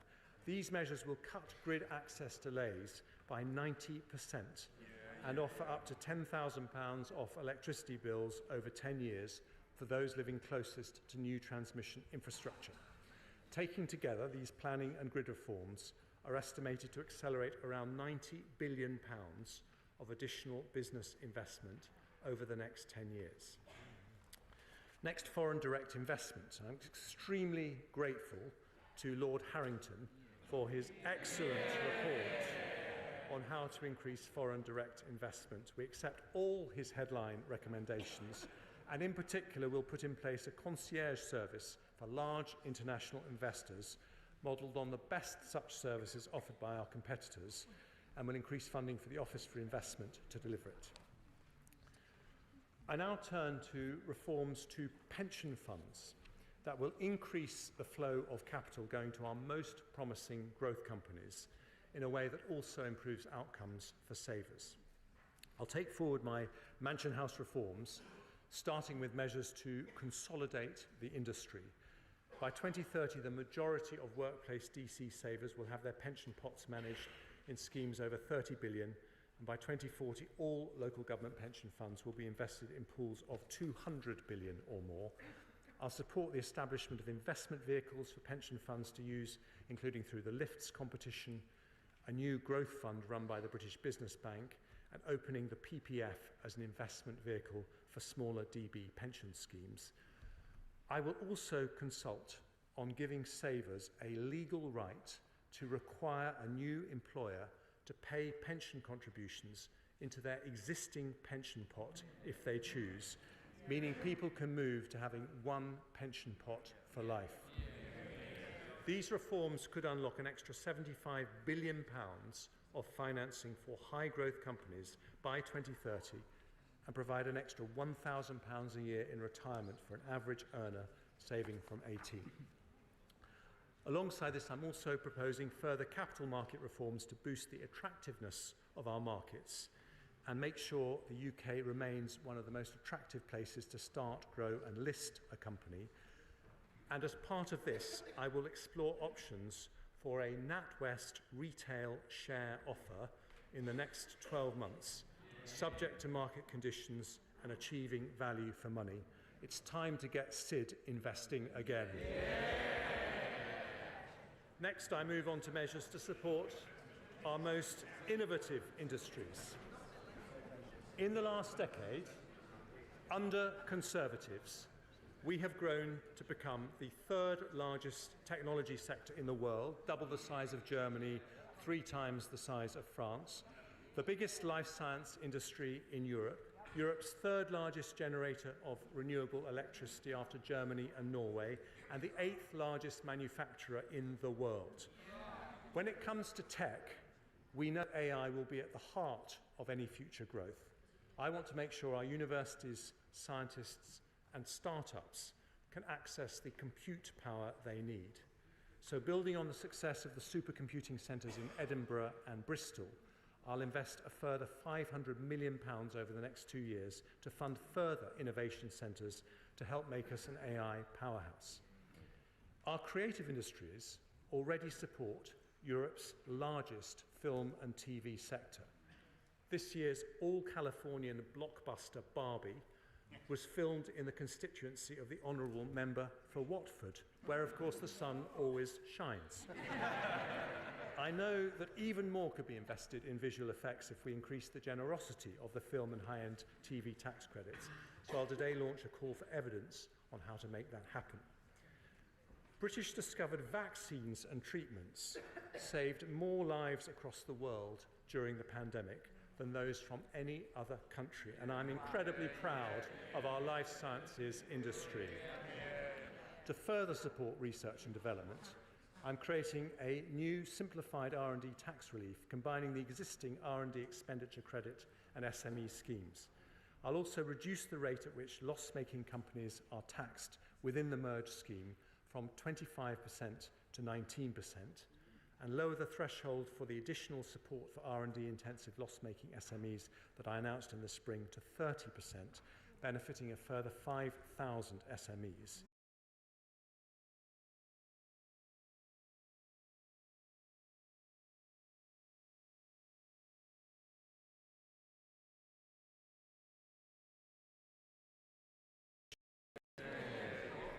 For our advanced manufacturing and green energy sectors, international investors say the biggest thing we could do is to announce a longer-term strategy for their industries. So with the Secretaries of State for Business and Trade and Energy Security and Net Zero, I'm today publishing those plans. I confirm that we'll make available £4.5 billion of support over the 5 years to 2030 to attract investment into strategic manufacturing sectors. That includes support of £2 billion for zero-emission investments in the automotive sector, something that's been warmly welcomed by Nissan and Toyota, £975 million for aerospace, building on decades of success from firms like Airbus and Rolls-Royce, and £520 million for life sciences to build on the strength of world-class British pharma companies like AstraZeneca and GSK. We'll also provide £960 million for the new Green Industries Growth Accelerator focused on offshore wind, electricity networks, nuclear, CCUS and hydrogen. These targeted investments will ensure the UK remains competitive in sectors where we're already leaders and innovative in sectors where we're not. And taken together across our fastest growing innovation sectors, this support will attract an estimated £2 billion of additional investment every year over the next decade. One of the reasons we support our manufacturing and clean energy sectors is they help to level up growth across the United Kingdom. So I now turn to further levelling up measures. In the spring, I announced we deliver 12 new investment zones, 12 mini Canary Wharfs, where government, industry and research institutes collaborate across the UK. Since then, the Exchequer Secretary, the Honourable Member for Grantham and Stamford, has done outstanding work across government to bring this vision to fruition. Following tenacious representations by the Honourable Member for Innis Mon, without whom a mention would mean that no Chancellor's speech was complete, and representations from the unstoppable Mayor of Tees Valley, I have today decided to extend the financial incentives for investment zones and the tax reliefs for free ports from 5 years to 10 years. I will also set up a £150 million investment opportunity fund to catalyse investment into the programme. Now, on Monday, I confirmed a new investment zone in West Yorkshire. Today, having listened to representations from the West Midlands Salesman-in-Chief Andy Street, as well as the Honourable Member for Mansfield and the Honourable Member for Bury North, I am announcing 3 further investment zones focused on advanced manufacturing in the West Midlands, East Midlands and Greater Manchester. Together, local partners expect these will help catalyse over £3 billion of private investment and 65,000 new jobs. And having listened to the Honourable Member for Wrexham and the Honourable Member for Clwyd South, I can announce a second investment zone in Wales in the fantastic region of Wrexham and Flintshire, which I will visit tomorrow. We're publishing new devolution deals with 4 areas, including Hull and East Yorkshire, and offering devolved powers to even more county areas. One of those areas will be the leafiest and most charming county in the country, namely Surrey, where, of course, the leader of the opposition grew up. We don't get everything right.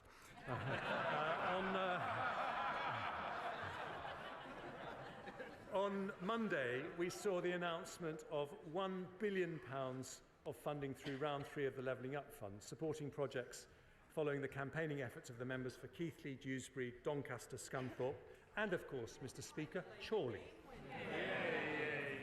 I can also confirm that we will proceed with over £50 million of funding for high-quality regeneration projects in communities such as Bolsover, Monmouthshire, Warrington and Eden Valley, all of which have particularly effective local MPs as their champions.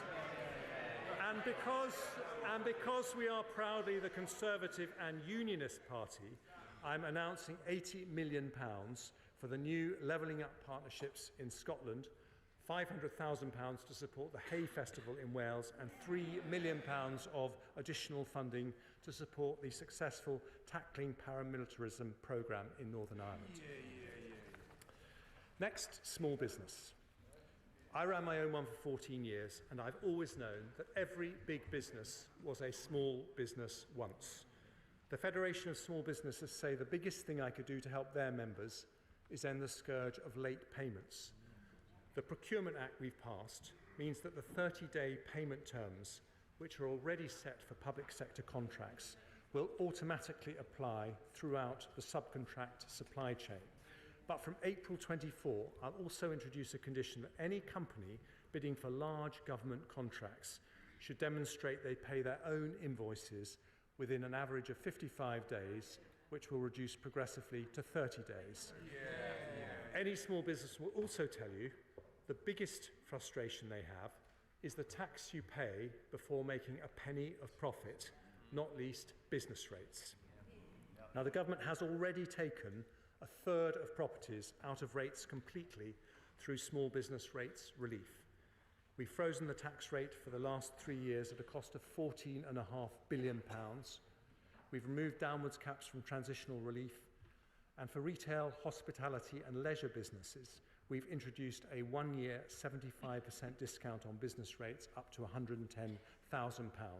And those measures have saved the average independent shop over £20,000. It's not possible to continue with temporary support measures forever. But whilst the standard multiplier, which applies to high-value properties, will rise in line with inflation, I have today decided that we will freeze the small business multiplier for a further year. And following extensive discussions with the FSB and many colleagues in this House, I've also decided to extend the 75% business rates discount for retail, hospitality and leisure for another year. This will save the average independent pub over £12,800 next year, and at a cost of £4.3 billion is a large tax cut which recognises the role of pubs and high street shops in our communities. I thank the members for Stockton South, Barrow and Furness and East Devon for their tenacious campaigning on this issue. And finally, Mr. Speaker, I turn to the smallest of all businesses, those run by the self-employed. These are the people who literally kept our country running during the pandemic. The plumbers who fixed our boilers in lockdowns, the delivery drivers who bought us our shopping, the farmers who kept food on our plates. As part of our plans to grow the economy, I want to reform and simplify taxes paid by the self-employed. So today I'm announcing a major reform of one of those taxes. It's one most people haven't heard of, but it's a big deal for those who have to pay it.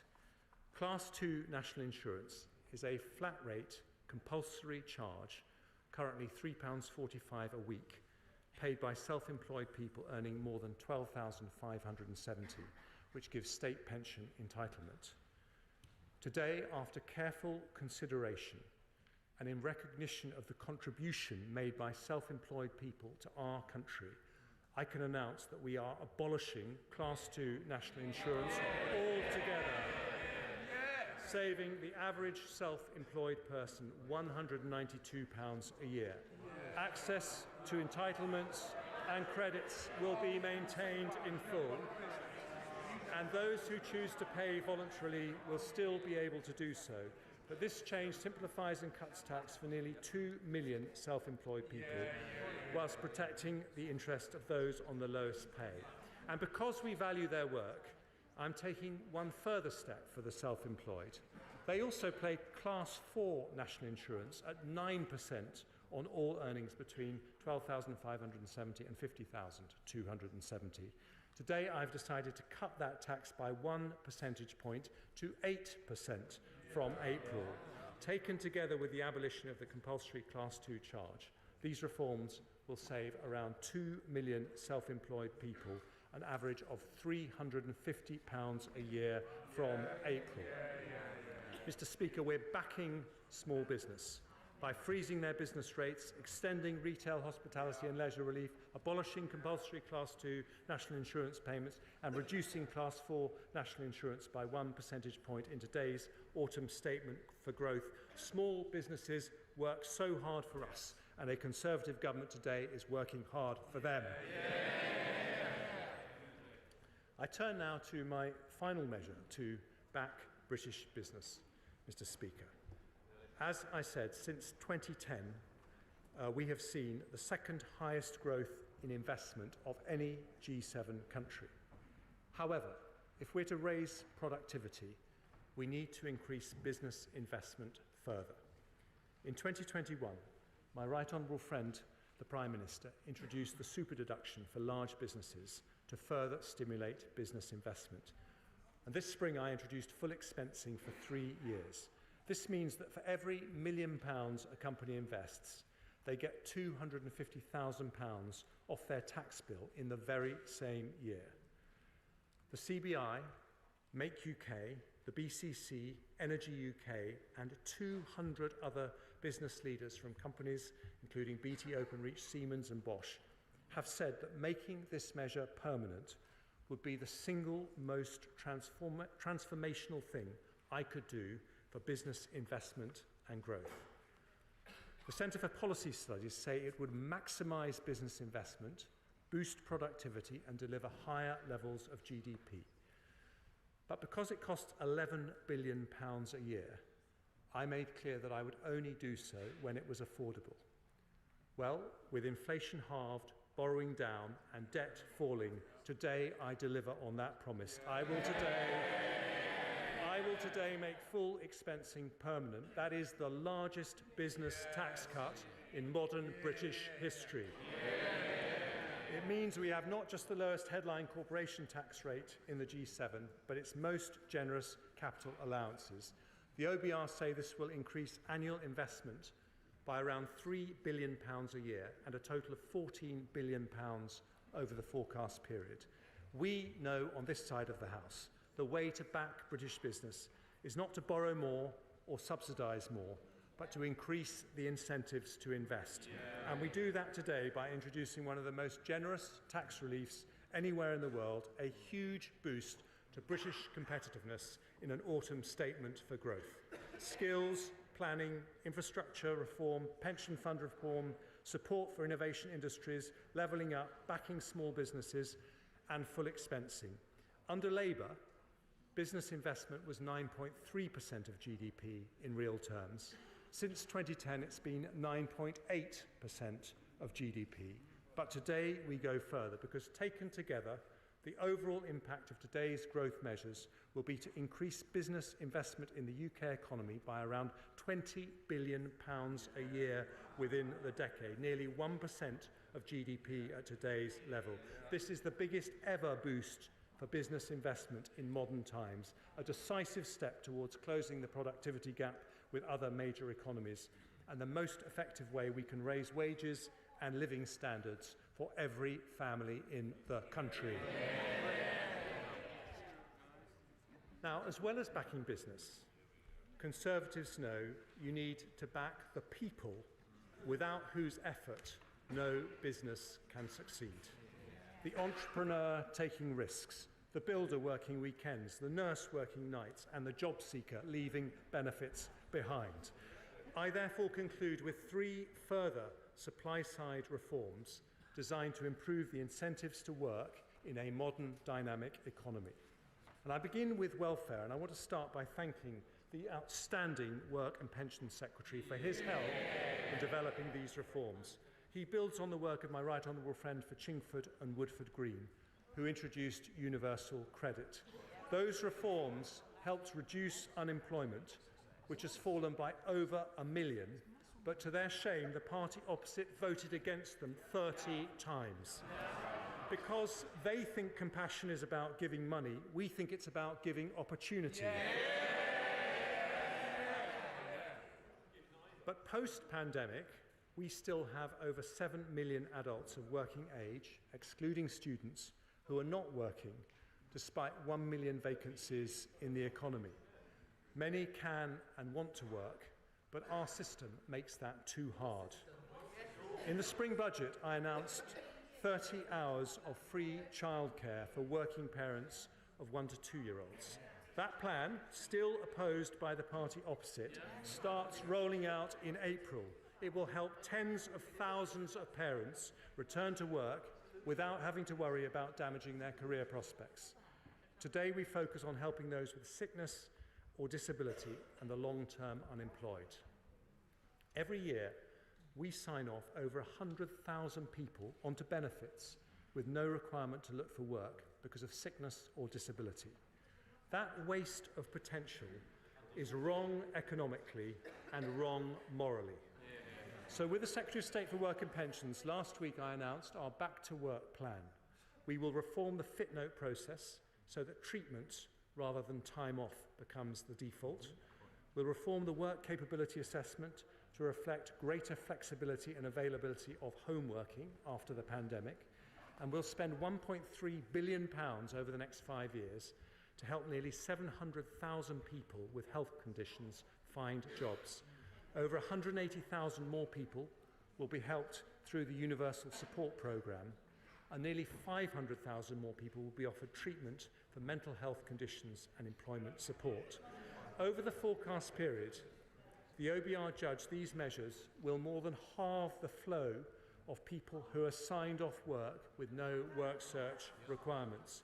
At the same time, we'll provide a further £1.3 billion of funding to offer extra help to the 300,000 people who've been unemployed for over a year without any sickness or disability. But we will ask for something in return. If after 18 months of intensive support, job seekers have not found a job, we'll roll out a programme requiring them to take part in mandatory work placement to increase their skills and improve their employability. And if they choose not to engage with the work search process for 6 months, we will close their case and stop their benefits. Taken together with the labour supply measures I announced in the spring, the OBR say we will increase the number of people in work by around 200,000 at the end of the forecast period, permanently increasing the size of the economy. Now, I know that some on the benches opposite would prefer to fill those vacancies in a different way. They hanker after a more liberal immigration regime, or even dream of bringing back free movement. But Conservatives say we should unlock the potential we have right here at home. And we do that with the biggest set of welfare reforms in a decade in today's autumn statement for growth. Now, Mr. Speaker, if we're to incentivise work, we must also tackle low pay. People who get up early, put in the hours and work hard for their families deserve to be paid fairly. Since 2010, those on the minimum wage, now the national living wage, have seen their hourly wage go up from £5.80 an hour to £10.42 an hour. That's a real terms increase of more than 20%. Because we've also doubled the threshold at which you pay tax or national insurance, their after-tax income has gone up not by 20%, but by 25% more than any other income group. Today, I confirm we'll go further and accept the Low Pay Commission recommendation to increase the national living wage by 9.8% to £11.44 an hour. That is the largest ever cash increase in the national living wage, worth up to £1,800 for a full-time worker. And since the national living wage has been introduced, the proportion of people on low pay, defined as earning less than 2/3 of national median hourly income, has halved. But at the new rate of £11.44 an hour, it delivers our manifesto commitment to eliminate low pay altogether. That means by next year, someone working full-time on the national living wage will see their real take-home after-tax pay go up not by 25%, but by 30% compared to 2010. And that is the difference. The party opposite tried to reduce poverty by tinkering with benefits and tax credits. They wanted to move people from just below the poverty line to just above it. But Conservatives know the best way to tackle poverty is through work. By reforming the welfare system, reducing workless households, and tackling low pay, we have helped lift 1.7 million people out of absolute poverty since 2010, because a central part of our plan for growth is to make work pay. And so, Mr. Speaker, to the final supply-side measure in today's autumn statement for growth. Because of the difficult decisions that we've taken in the last year, today's OBR forecast shows that borrowing will be lower than forecast in the spring. Debt as a proportion of GDP will be lower than forecast in the spring. Inflation will continue to fall, and our fiscal headroom has doubled. I said I would cut taxes when we could, but only responsibly and only in a way that did not fuel inflation. The OBR today confirm I can deliver a package which does that. For businesses, I've today delivered the biggest business tax cut in modern British history, with the most competitive investment allowances of any large economy. For the self-employed, I've simplified and reformed their taxes by abolishing the compulsory Class 2 charge and cutting Class 4 national insurance. But high employment taxes on 27 million people working in the public and private sectors also disincentivise the hard work we should be encouraging. On top of 10%, they pay 12% national insurance, on earnings between 12,570 and 50,270. That is a 32% marginal tax rate. If we want people to get up early in the morning, if we want them to work nights, if we want an economy where people go the extra mile and work hard, then we need to recognise that their hard work benefits us all. So today, Mr. Speaker, I'm going to cut the main 12% rate of employee national insurance. If I cut it by 1 percentage point to 11%, that would be an extra £225 in the pockets of the average worker every year. But instead, I'm going to go further and cut the main rate of employee national insurance by 2 percentage points from 12% to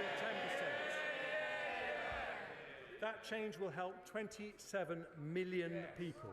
It means someone on the average salary of £35,000 will save over £450. For the average nurse, it's a saving of £520. For the typical police officer, a saving of £630 every single year. And Mr. Speaker, I would normally bring in a measure like this from the start of the new tax year in April. But instead, tomorrow, I'm introducing urgent legislation to bring it in from January the 6th. So people can see the benefit in their payslips at the start of the new year. The OBR say reducing a tax on work means more people in work.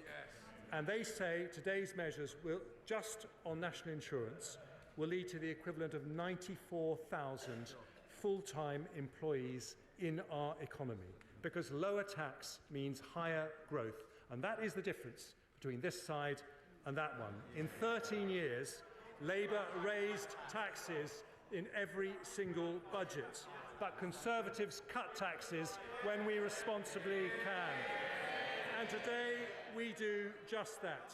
We cut taxes to help bigger businesses invest. We cut taxes to help smaller businesses grow. We cut taxes for the self-employed who keep our country running. And from January, we cut taxes for 27 million working people whose hard work drives our economy forward. Mr. Speaker, the best universities, the cleverest scientists, the smartest entrepreneurs have given us Europe's most innovative economy. But we can be the most prosperous too. In the face of global challenges, we've halved inflation, reduced our debt, and grown our economy. As a country, we're sticking to a plan that's working, and this autumn statement for growth will attract £20 billion additional business investment a year in the next decade, bring tens of thousands of people into work, and support our fastest-growing industries in a package which leaves borrowing lower, debts lower, and keeps inflation falling. We are delivering the biggest business tax cut in modern British history, the largest ever cut to employee and self-employed national insurance, and the biggest package of tax cuts to be implemented since the 1980s, an autumn statement for a country that has turned a corner, an autumn statement for growth, which I commend to the House.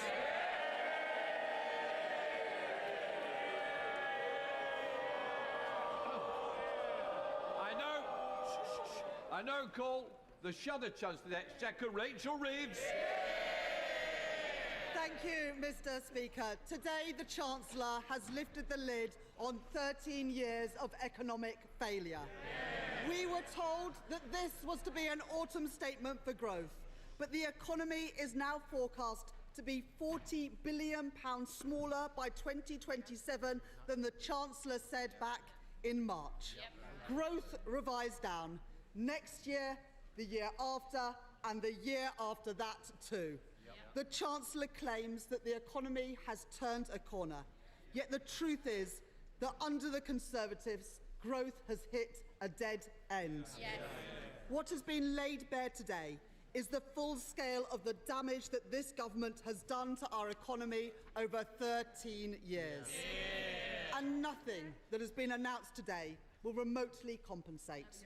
Mortgages rising, taxes eating into wages, inflation high with prices still going up in the shops, public services on their knees, and too many families struggling to make ends meet. as the sun begins to set on this divided, out-of-touch, weak government, the only conclusion that the British people will reach is this. After 13 years of Conservatives, the economy is simply not working, and despite all the promises today, working people are still worse off. Mr. Speaker, the centrepiece of today's autumn statement is a cut in the headline rate of national insurance. Now, Mr. Speaker, I'm old enough to remember when the Prime Minister wanted to put up national insurance. As recently as January last year, he said, and I quote, "We must go ahead with the increase in the health and care levy. It is progressive in that the burden falls most on those who can most afford it." Utter nonsense. It was a tax on working people, and we opposed it for that very reason.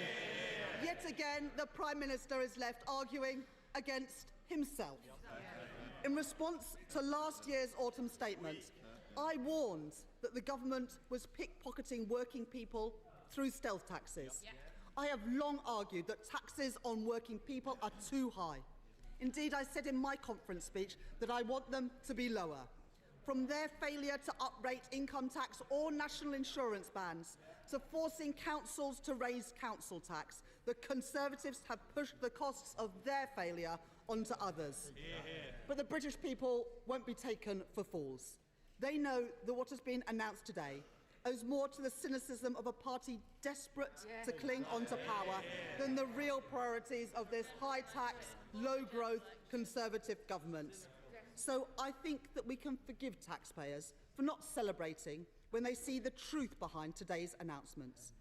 Going into this statement, the government had already put in place tax increases worth the equivalent of a 10p increase in national insurance. So today's 2p cut will not remotely compensate for the tax increases already put in place by this Conservative government. The fact is that taxes will be higher at the next election than they were at the last. This is the legacy of the Conservatives, and that, Mr. Speaker, is their record. Mr. Speaker, the Chancellor and Prime Minister have spent the last 2 weeks marching their MPs up a hill, only to march them down again on inheritance tax. Now, let's not forget, when they realised that they had money to spend. Mr. Kearns, I've had you chirping all the way through. Either go and get yourself that cup of tea or be quiet. Rachel Reeves. When they realised that they had money to spend, this government's first instinct was a tax cut for millionaires. But in the end, even they realised that they couldn't get away with it in the middle of a cost of living crisis. So can the Chancellor tell the House today, is cutting inheritance tax a decision delayed or a decision abandoned? This autumn statement for growth is now the 11th Conservative economic growth plan, from the 5th Prime Minister, the 7th Chancellor and the 9th Business Secretary. And what do those numbers add up to? According to the most recent GDP data, a big fat zero. That's zero growth in the most recent data in the third quarter of this year. Now, the Chancellor mentioned some countries that we are outperforming in growth, but I couldn't help notice that he failed to mention any of the many advanced economies that have grown faster than the UK. Over the last 13 years of this low-growth Conservative government, the UK languishes in the bottom third of OECD countries when it comes to growth. There are 27 OECD economies that have grown faster than us in the 13 years since 2010, including the US, Australia, Canada, Sweden, Slovenia, and 22 others. In fact, over the next 2 years, no fewer than 177 economies are forecast by the IMF to grow faster. Sorry. Don't bother me, Mr. Speaker. Oh, it bothers me. I'm not being funny. I expect the same courtesies to the Shadow Chancellor of the Exchequer. Those who wish to not give that courtesy, please go and find something else to do, because my constituents are interested, yours aren't. Rachel Reeves. And next year, Mr. Speaker, we are forecast to be the slowest growing economy in the whole of the G7, When it comes to economic growth, under the Tories we are more world-following than world-beating. And let's look at how their record on growth compares to Labour's record on growth. Under the Conservatives, GDP growth has averaged 1.5% per year. But with Labour, it grew an average of 2% a year in the 13 years that we were last in office. Had the economy continued to grow at the rate it did with Labour, it would now be £150 billion bigger. So what is this government's economic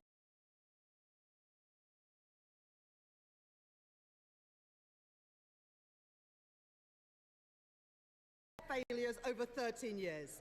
A Tory government that has failed on growth, failed on debt, failed on levelling up and failed on the cost of living too. And now they expect the British people to believe that when they say they are going to turn it all around, when it is them that is the problem and not the solution. Mr. Speaker, if we are going to grow the economy, we must get more people into work. Let me be clear. People who can work should work. That's why we've long argued that the work capability assessment needs replacing. Because right now it is discouraging people from seeking work. But there's a wider problem that yet again this government is failing to face up to. Britain is the only country in the G7 where the employment rate still has not returned to pre-pandemic levels.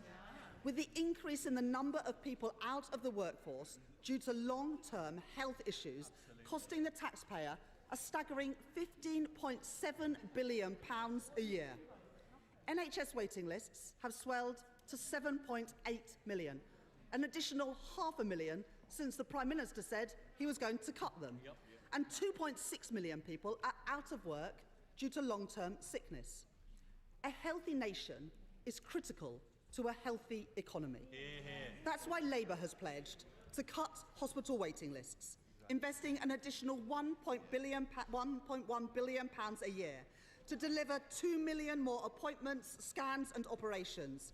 It will be funded by abolishing the non-dom tax status and replacing it with a modern scheme for people who are genuinely living in the UK for short periods.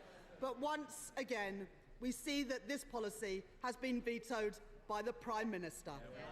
Mr. Speaker, the best way to get people back to work is to get our NHS working, but the reality is you can never trust the Tories with our NHS. Now, the Chancellor has made a great fanfare about public sector efficiency and value for money. This is from a government that has blown £140 million on a discredited Rwanda scheme and yet are not able to send a single asylum seeker there. £7.2 billion money lost on fraud during the pandemic, all those cheques signed up by the former Chancellor, the current Prime Minister. £8.7 billion on PPE that's been written off. HS2 costing £57 billion with not a single piece of track going north of Birmingham. No one can trust the Tories with taxpayers' money. And it says it all that after 13 years of Tory government, there are still nearly 12,000 NHS computers running on outdated software that's vulnerable to cyber attacks. 10 years ago, when he was Health Secretary, the now Chancellor promised a paperless NHS by 2018. Yet today, in 2023, 26 NHS trusts are still using fax machines. Now, why on earth should people who experience deteriorating public services under this Conservative government trust them to fix it? When his 6 years as Health Secretary makes him one of the biggest architects of failure. If you put your hands into people's pockets and take money out of them, and they don't see visible improvements in the services that they receive, they get very angry indeed. Not my words, the Chancellor's words 2 years ago. And I agree with him. The Tories have had 13 years to improve public services, and they have failed. Mr. Speaker, this is too little and too late. I do want to welcome the Chancellor's announcement today of additional funding to tackle anti-Semitism and Islamophobia to keep our communities safe, as well as the additional money for the Holocaust Educational Trust. There is no place for hate in our society, and I know that across the House we will work together to eliminate it. Mr. Speaker, the Chancellor calls this an autumn statement for growth, but it is Labour who has led the agenda on growth. And today we see the Conservatives have released their own poor cover version of what we have already announced. The Chancellor today is talking about unlocking capital by reforming pensions. But Labour would go further, encouraging investment into British start-up firms and scale-up firms, and introducing measures to ensure the consolidation of pension funds, so that our pension system gets better returns for savers and for the UK economy. On planning, the Conservatives are following Labour's lead on providing money off bills for communities that host grid infrastructure and speeding up planning decisions. What's taken them so long? Labour will get Britain building again, with a once-in-a-generation set of reforms to accelerate the building of our country's national infrastructure and to build housing too. We will fast-track battery factories, our life sciences and 5G technology to grow our economy and provide good jobs in every part of our country. And we welcome the fact that the Chancellor has announced that he will make full expensing permanent, another thing that we have been calling for. But that doesn't make up for the years of uncertainty that businesses have faced, with taxes going up and down like a yo-yo, with small and medium businesses who play such a pivotal role in growing our economy left exposed to the Tories' economic volatility. Labour's partnership with business will get our economy firing on all cylinders. That's why this week we established a new British Infrastructure Council with key investors in the UK economy, focused on unlocking private investment by addressing the delivery challenges businesses face when investing in Britain. Through Labour's new National Wealth Fund, we will work alongside the private sector to back the growth of British industries so that we can make the crucial transition to a zero-carbon economy. And for every pound of public investment, we will leverage in 3 times as much private investment, whilst also getting a return to taxpayers. Labour's plan will boost our economy, get debt falling, and make working people better off. Now, Mr. Speaker, if you listen to the benches opposite, you would believe that the cost of living crisis was behind us. But inflation is still double the Bank of England's target rate. I know the importance of low and stable inflation from my time as an economist at the Bank of England. Now, it is of course welcome that the Chancellor has accepted this year's recommendations from the Low Pay Commission that we set up on the minimum wage. But the reality is, of the Conservatives' record, that average wages for working people have been held back. Under this government, real average weekly wages have increased by just 3% in 13 years, compared to a 27% increase under the last Labour government, worth an additional to work every day. And today, Mr. Speaker, is Equal Pay Day. So it is also important to recognise that the living standards of working women have also been held back by a gender pay gap that I am determined to close. Now, the Chancellor and the Prime Minister say that the cost of living crisis is dealt with. Now, everything might look a little bit better 10,000 feet up in your helicopter. But down here on planet Earth, people are approaching Christmas and the year ahead with worry and trepidation. The cost of living crisis has hit us harder because Tory mismanagement has left us so exposed. 11 million UK households don't have enough savings to cover 3 weeks of living expenses if they needed it. Working families have been skating on thin ice for too long. And as their resilience has been eroded, so has our national economies. Let's not forget, it was this government that oversaw the closure of our critical gas storage facilities, which left our country more exposed to the huge fluctuations in international energy markets. While the former Prime Minister, that's 4 Prime Ministers ago, cut energy efficiency programmes leading to higher bills for homeowners. And just last year, we saw the true cost of the Conservatives when their kamikaze budget crashed the economy, leading to market turmoil, pensions put in peril, and a spike in interest rates. 1.6 million families will see their mortgage deals end this year. Those remortgaging since July have seen their payments rocket by an average of £220 a month. And next year, 1.5 million families will face a similar fate. The Conservatives' economic recklessness inflicted a Tory mortgage penalty on families across the country. In Wellingborough, families with a mortgage will be expected to find an additional £190 every single month. In Richmond, North Yorkshire, homeowners face £200 more a month on their mortgage. And in the Chancellor's own constituency, but maybe not for long, families with a mortgage will see an average increase of £420 a month because of this Conservative government's economic failure.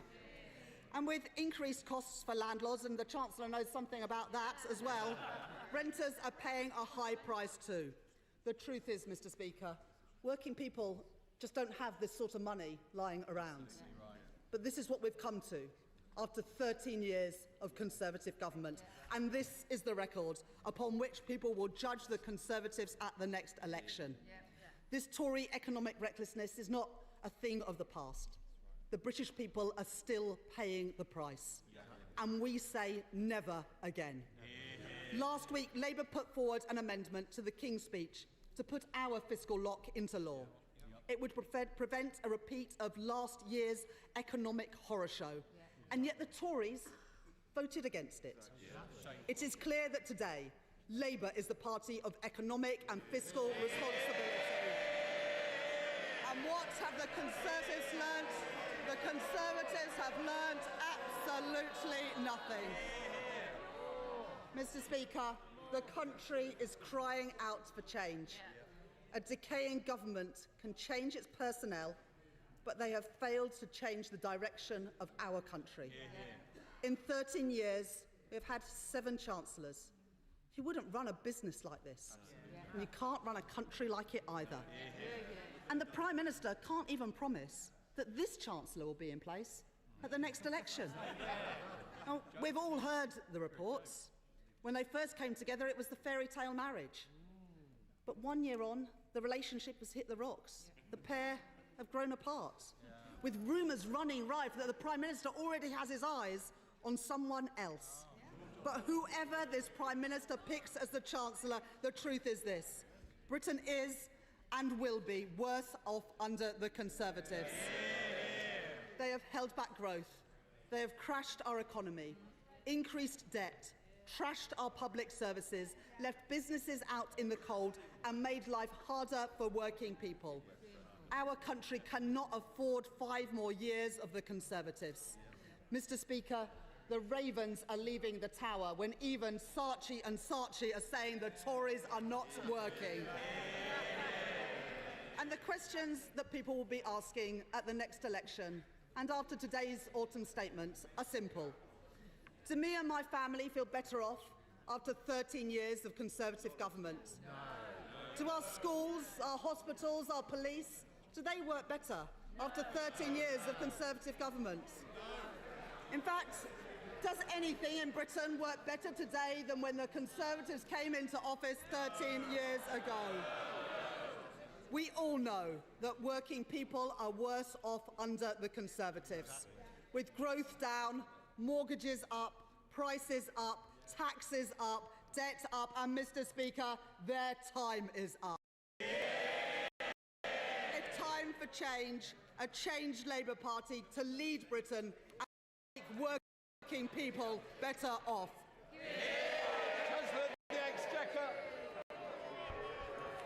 Thank you, Mr. Speaker. Madam Deputy Speaker, indeed. And I'm afraid the Shadow Chancellor has shown once again that Labour has nothing credible to say on the economy.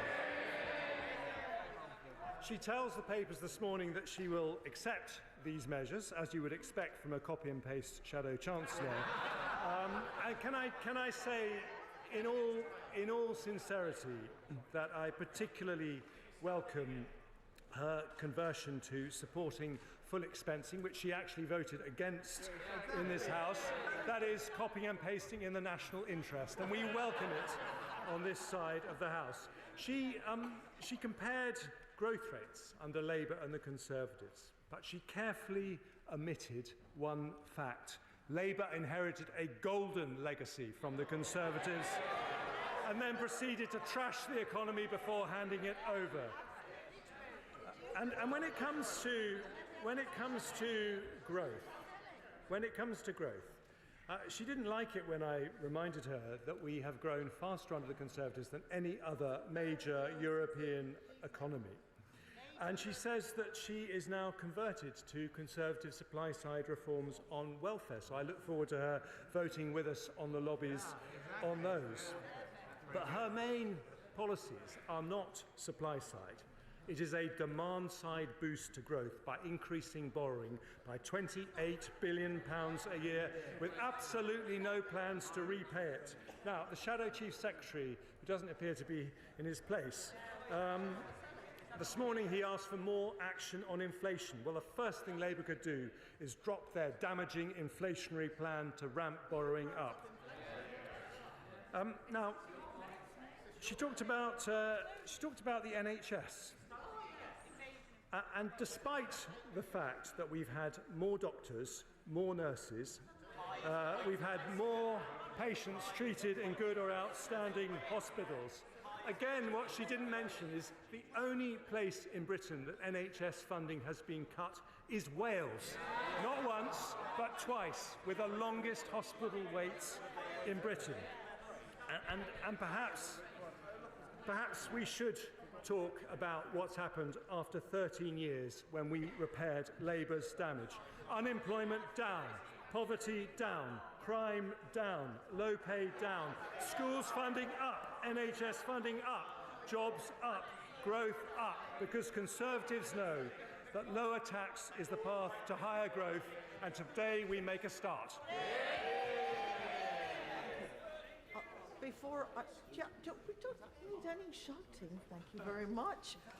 Before I call the Chairman of the Treasury Select Committee to ask a question, I just want to make it clear to the House, because there is some confusion, that this is not the procedure that we use for a budget. This is the autumn statement. It is therefore a statement.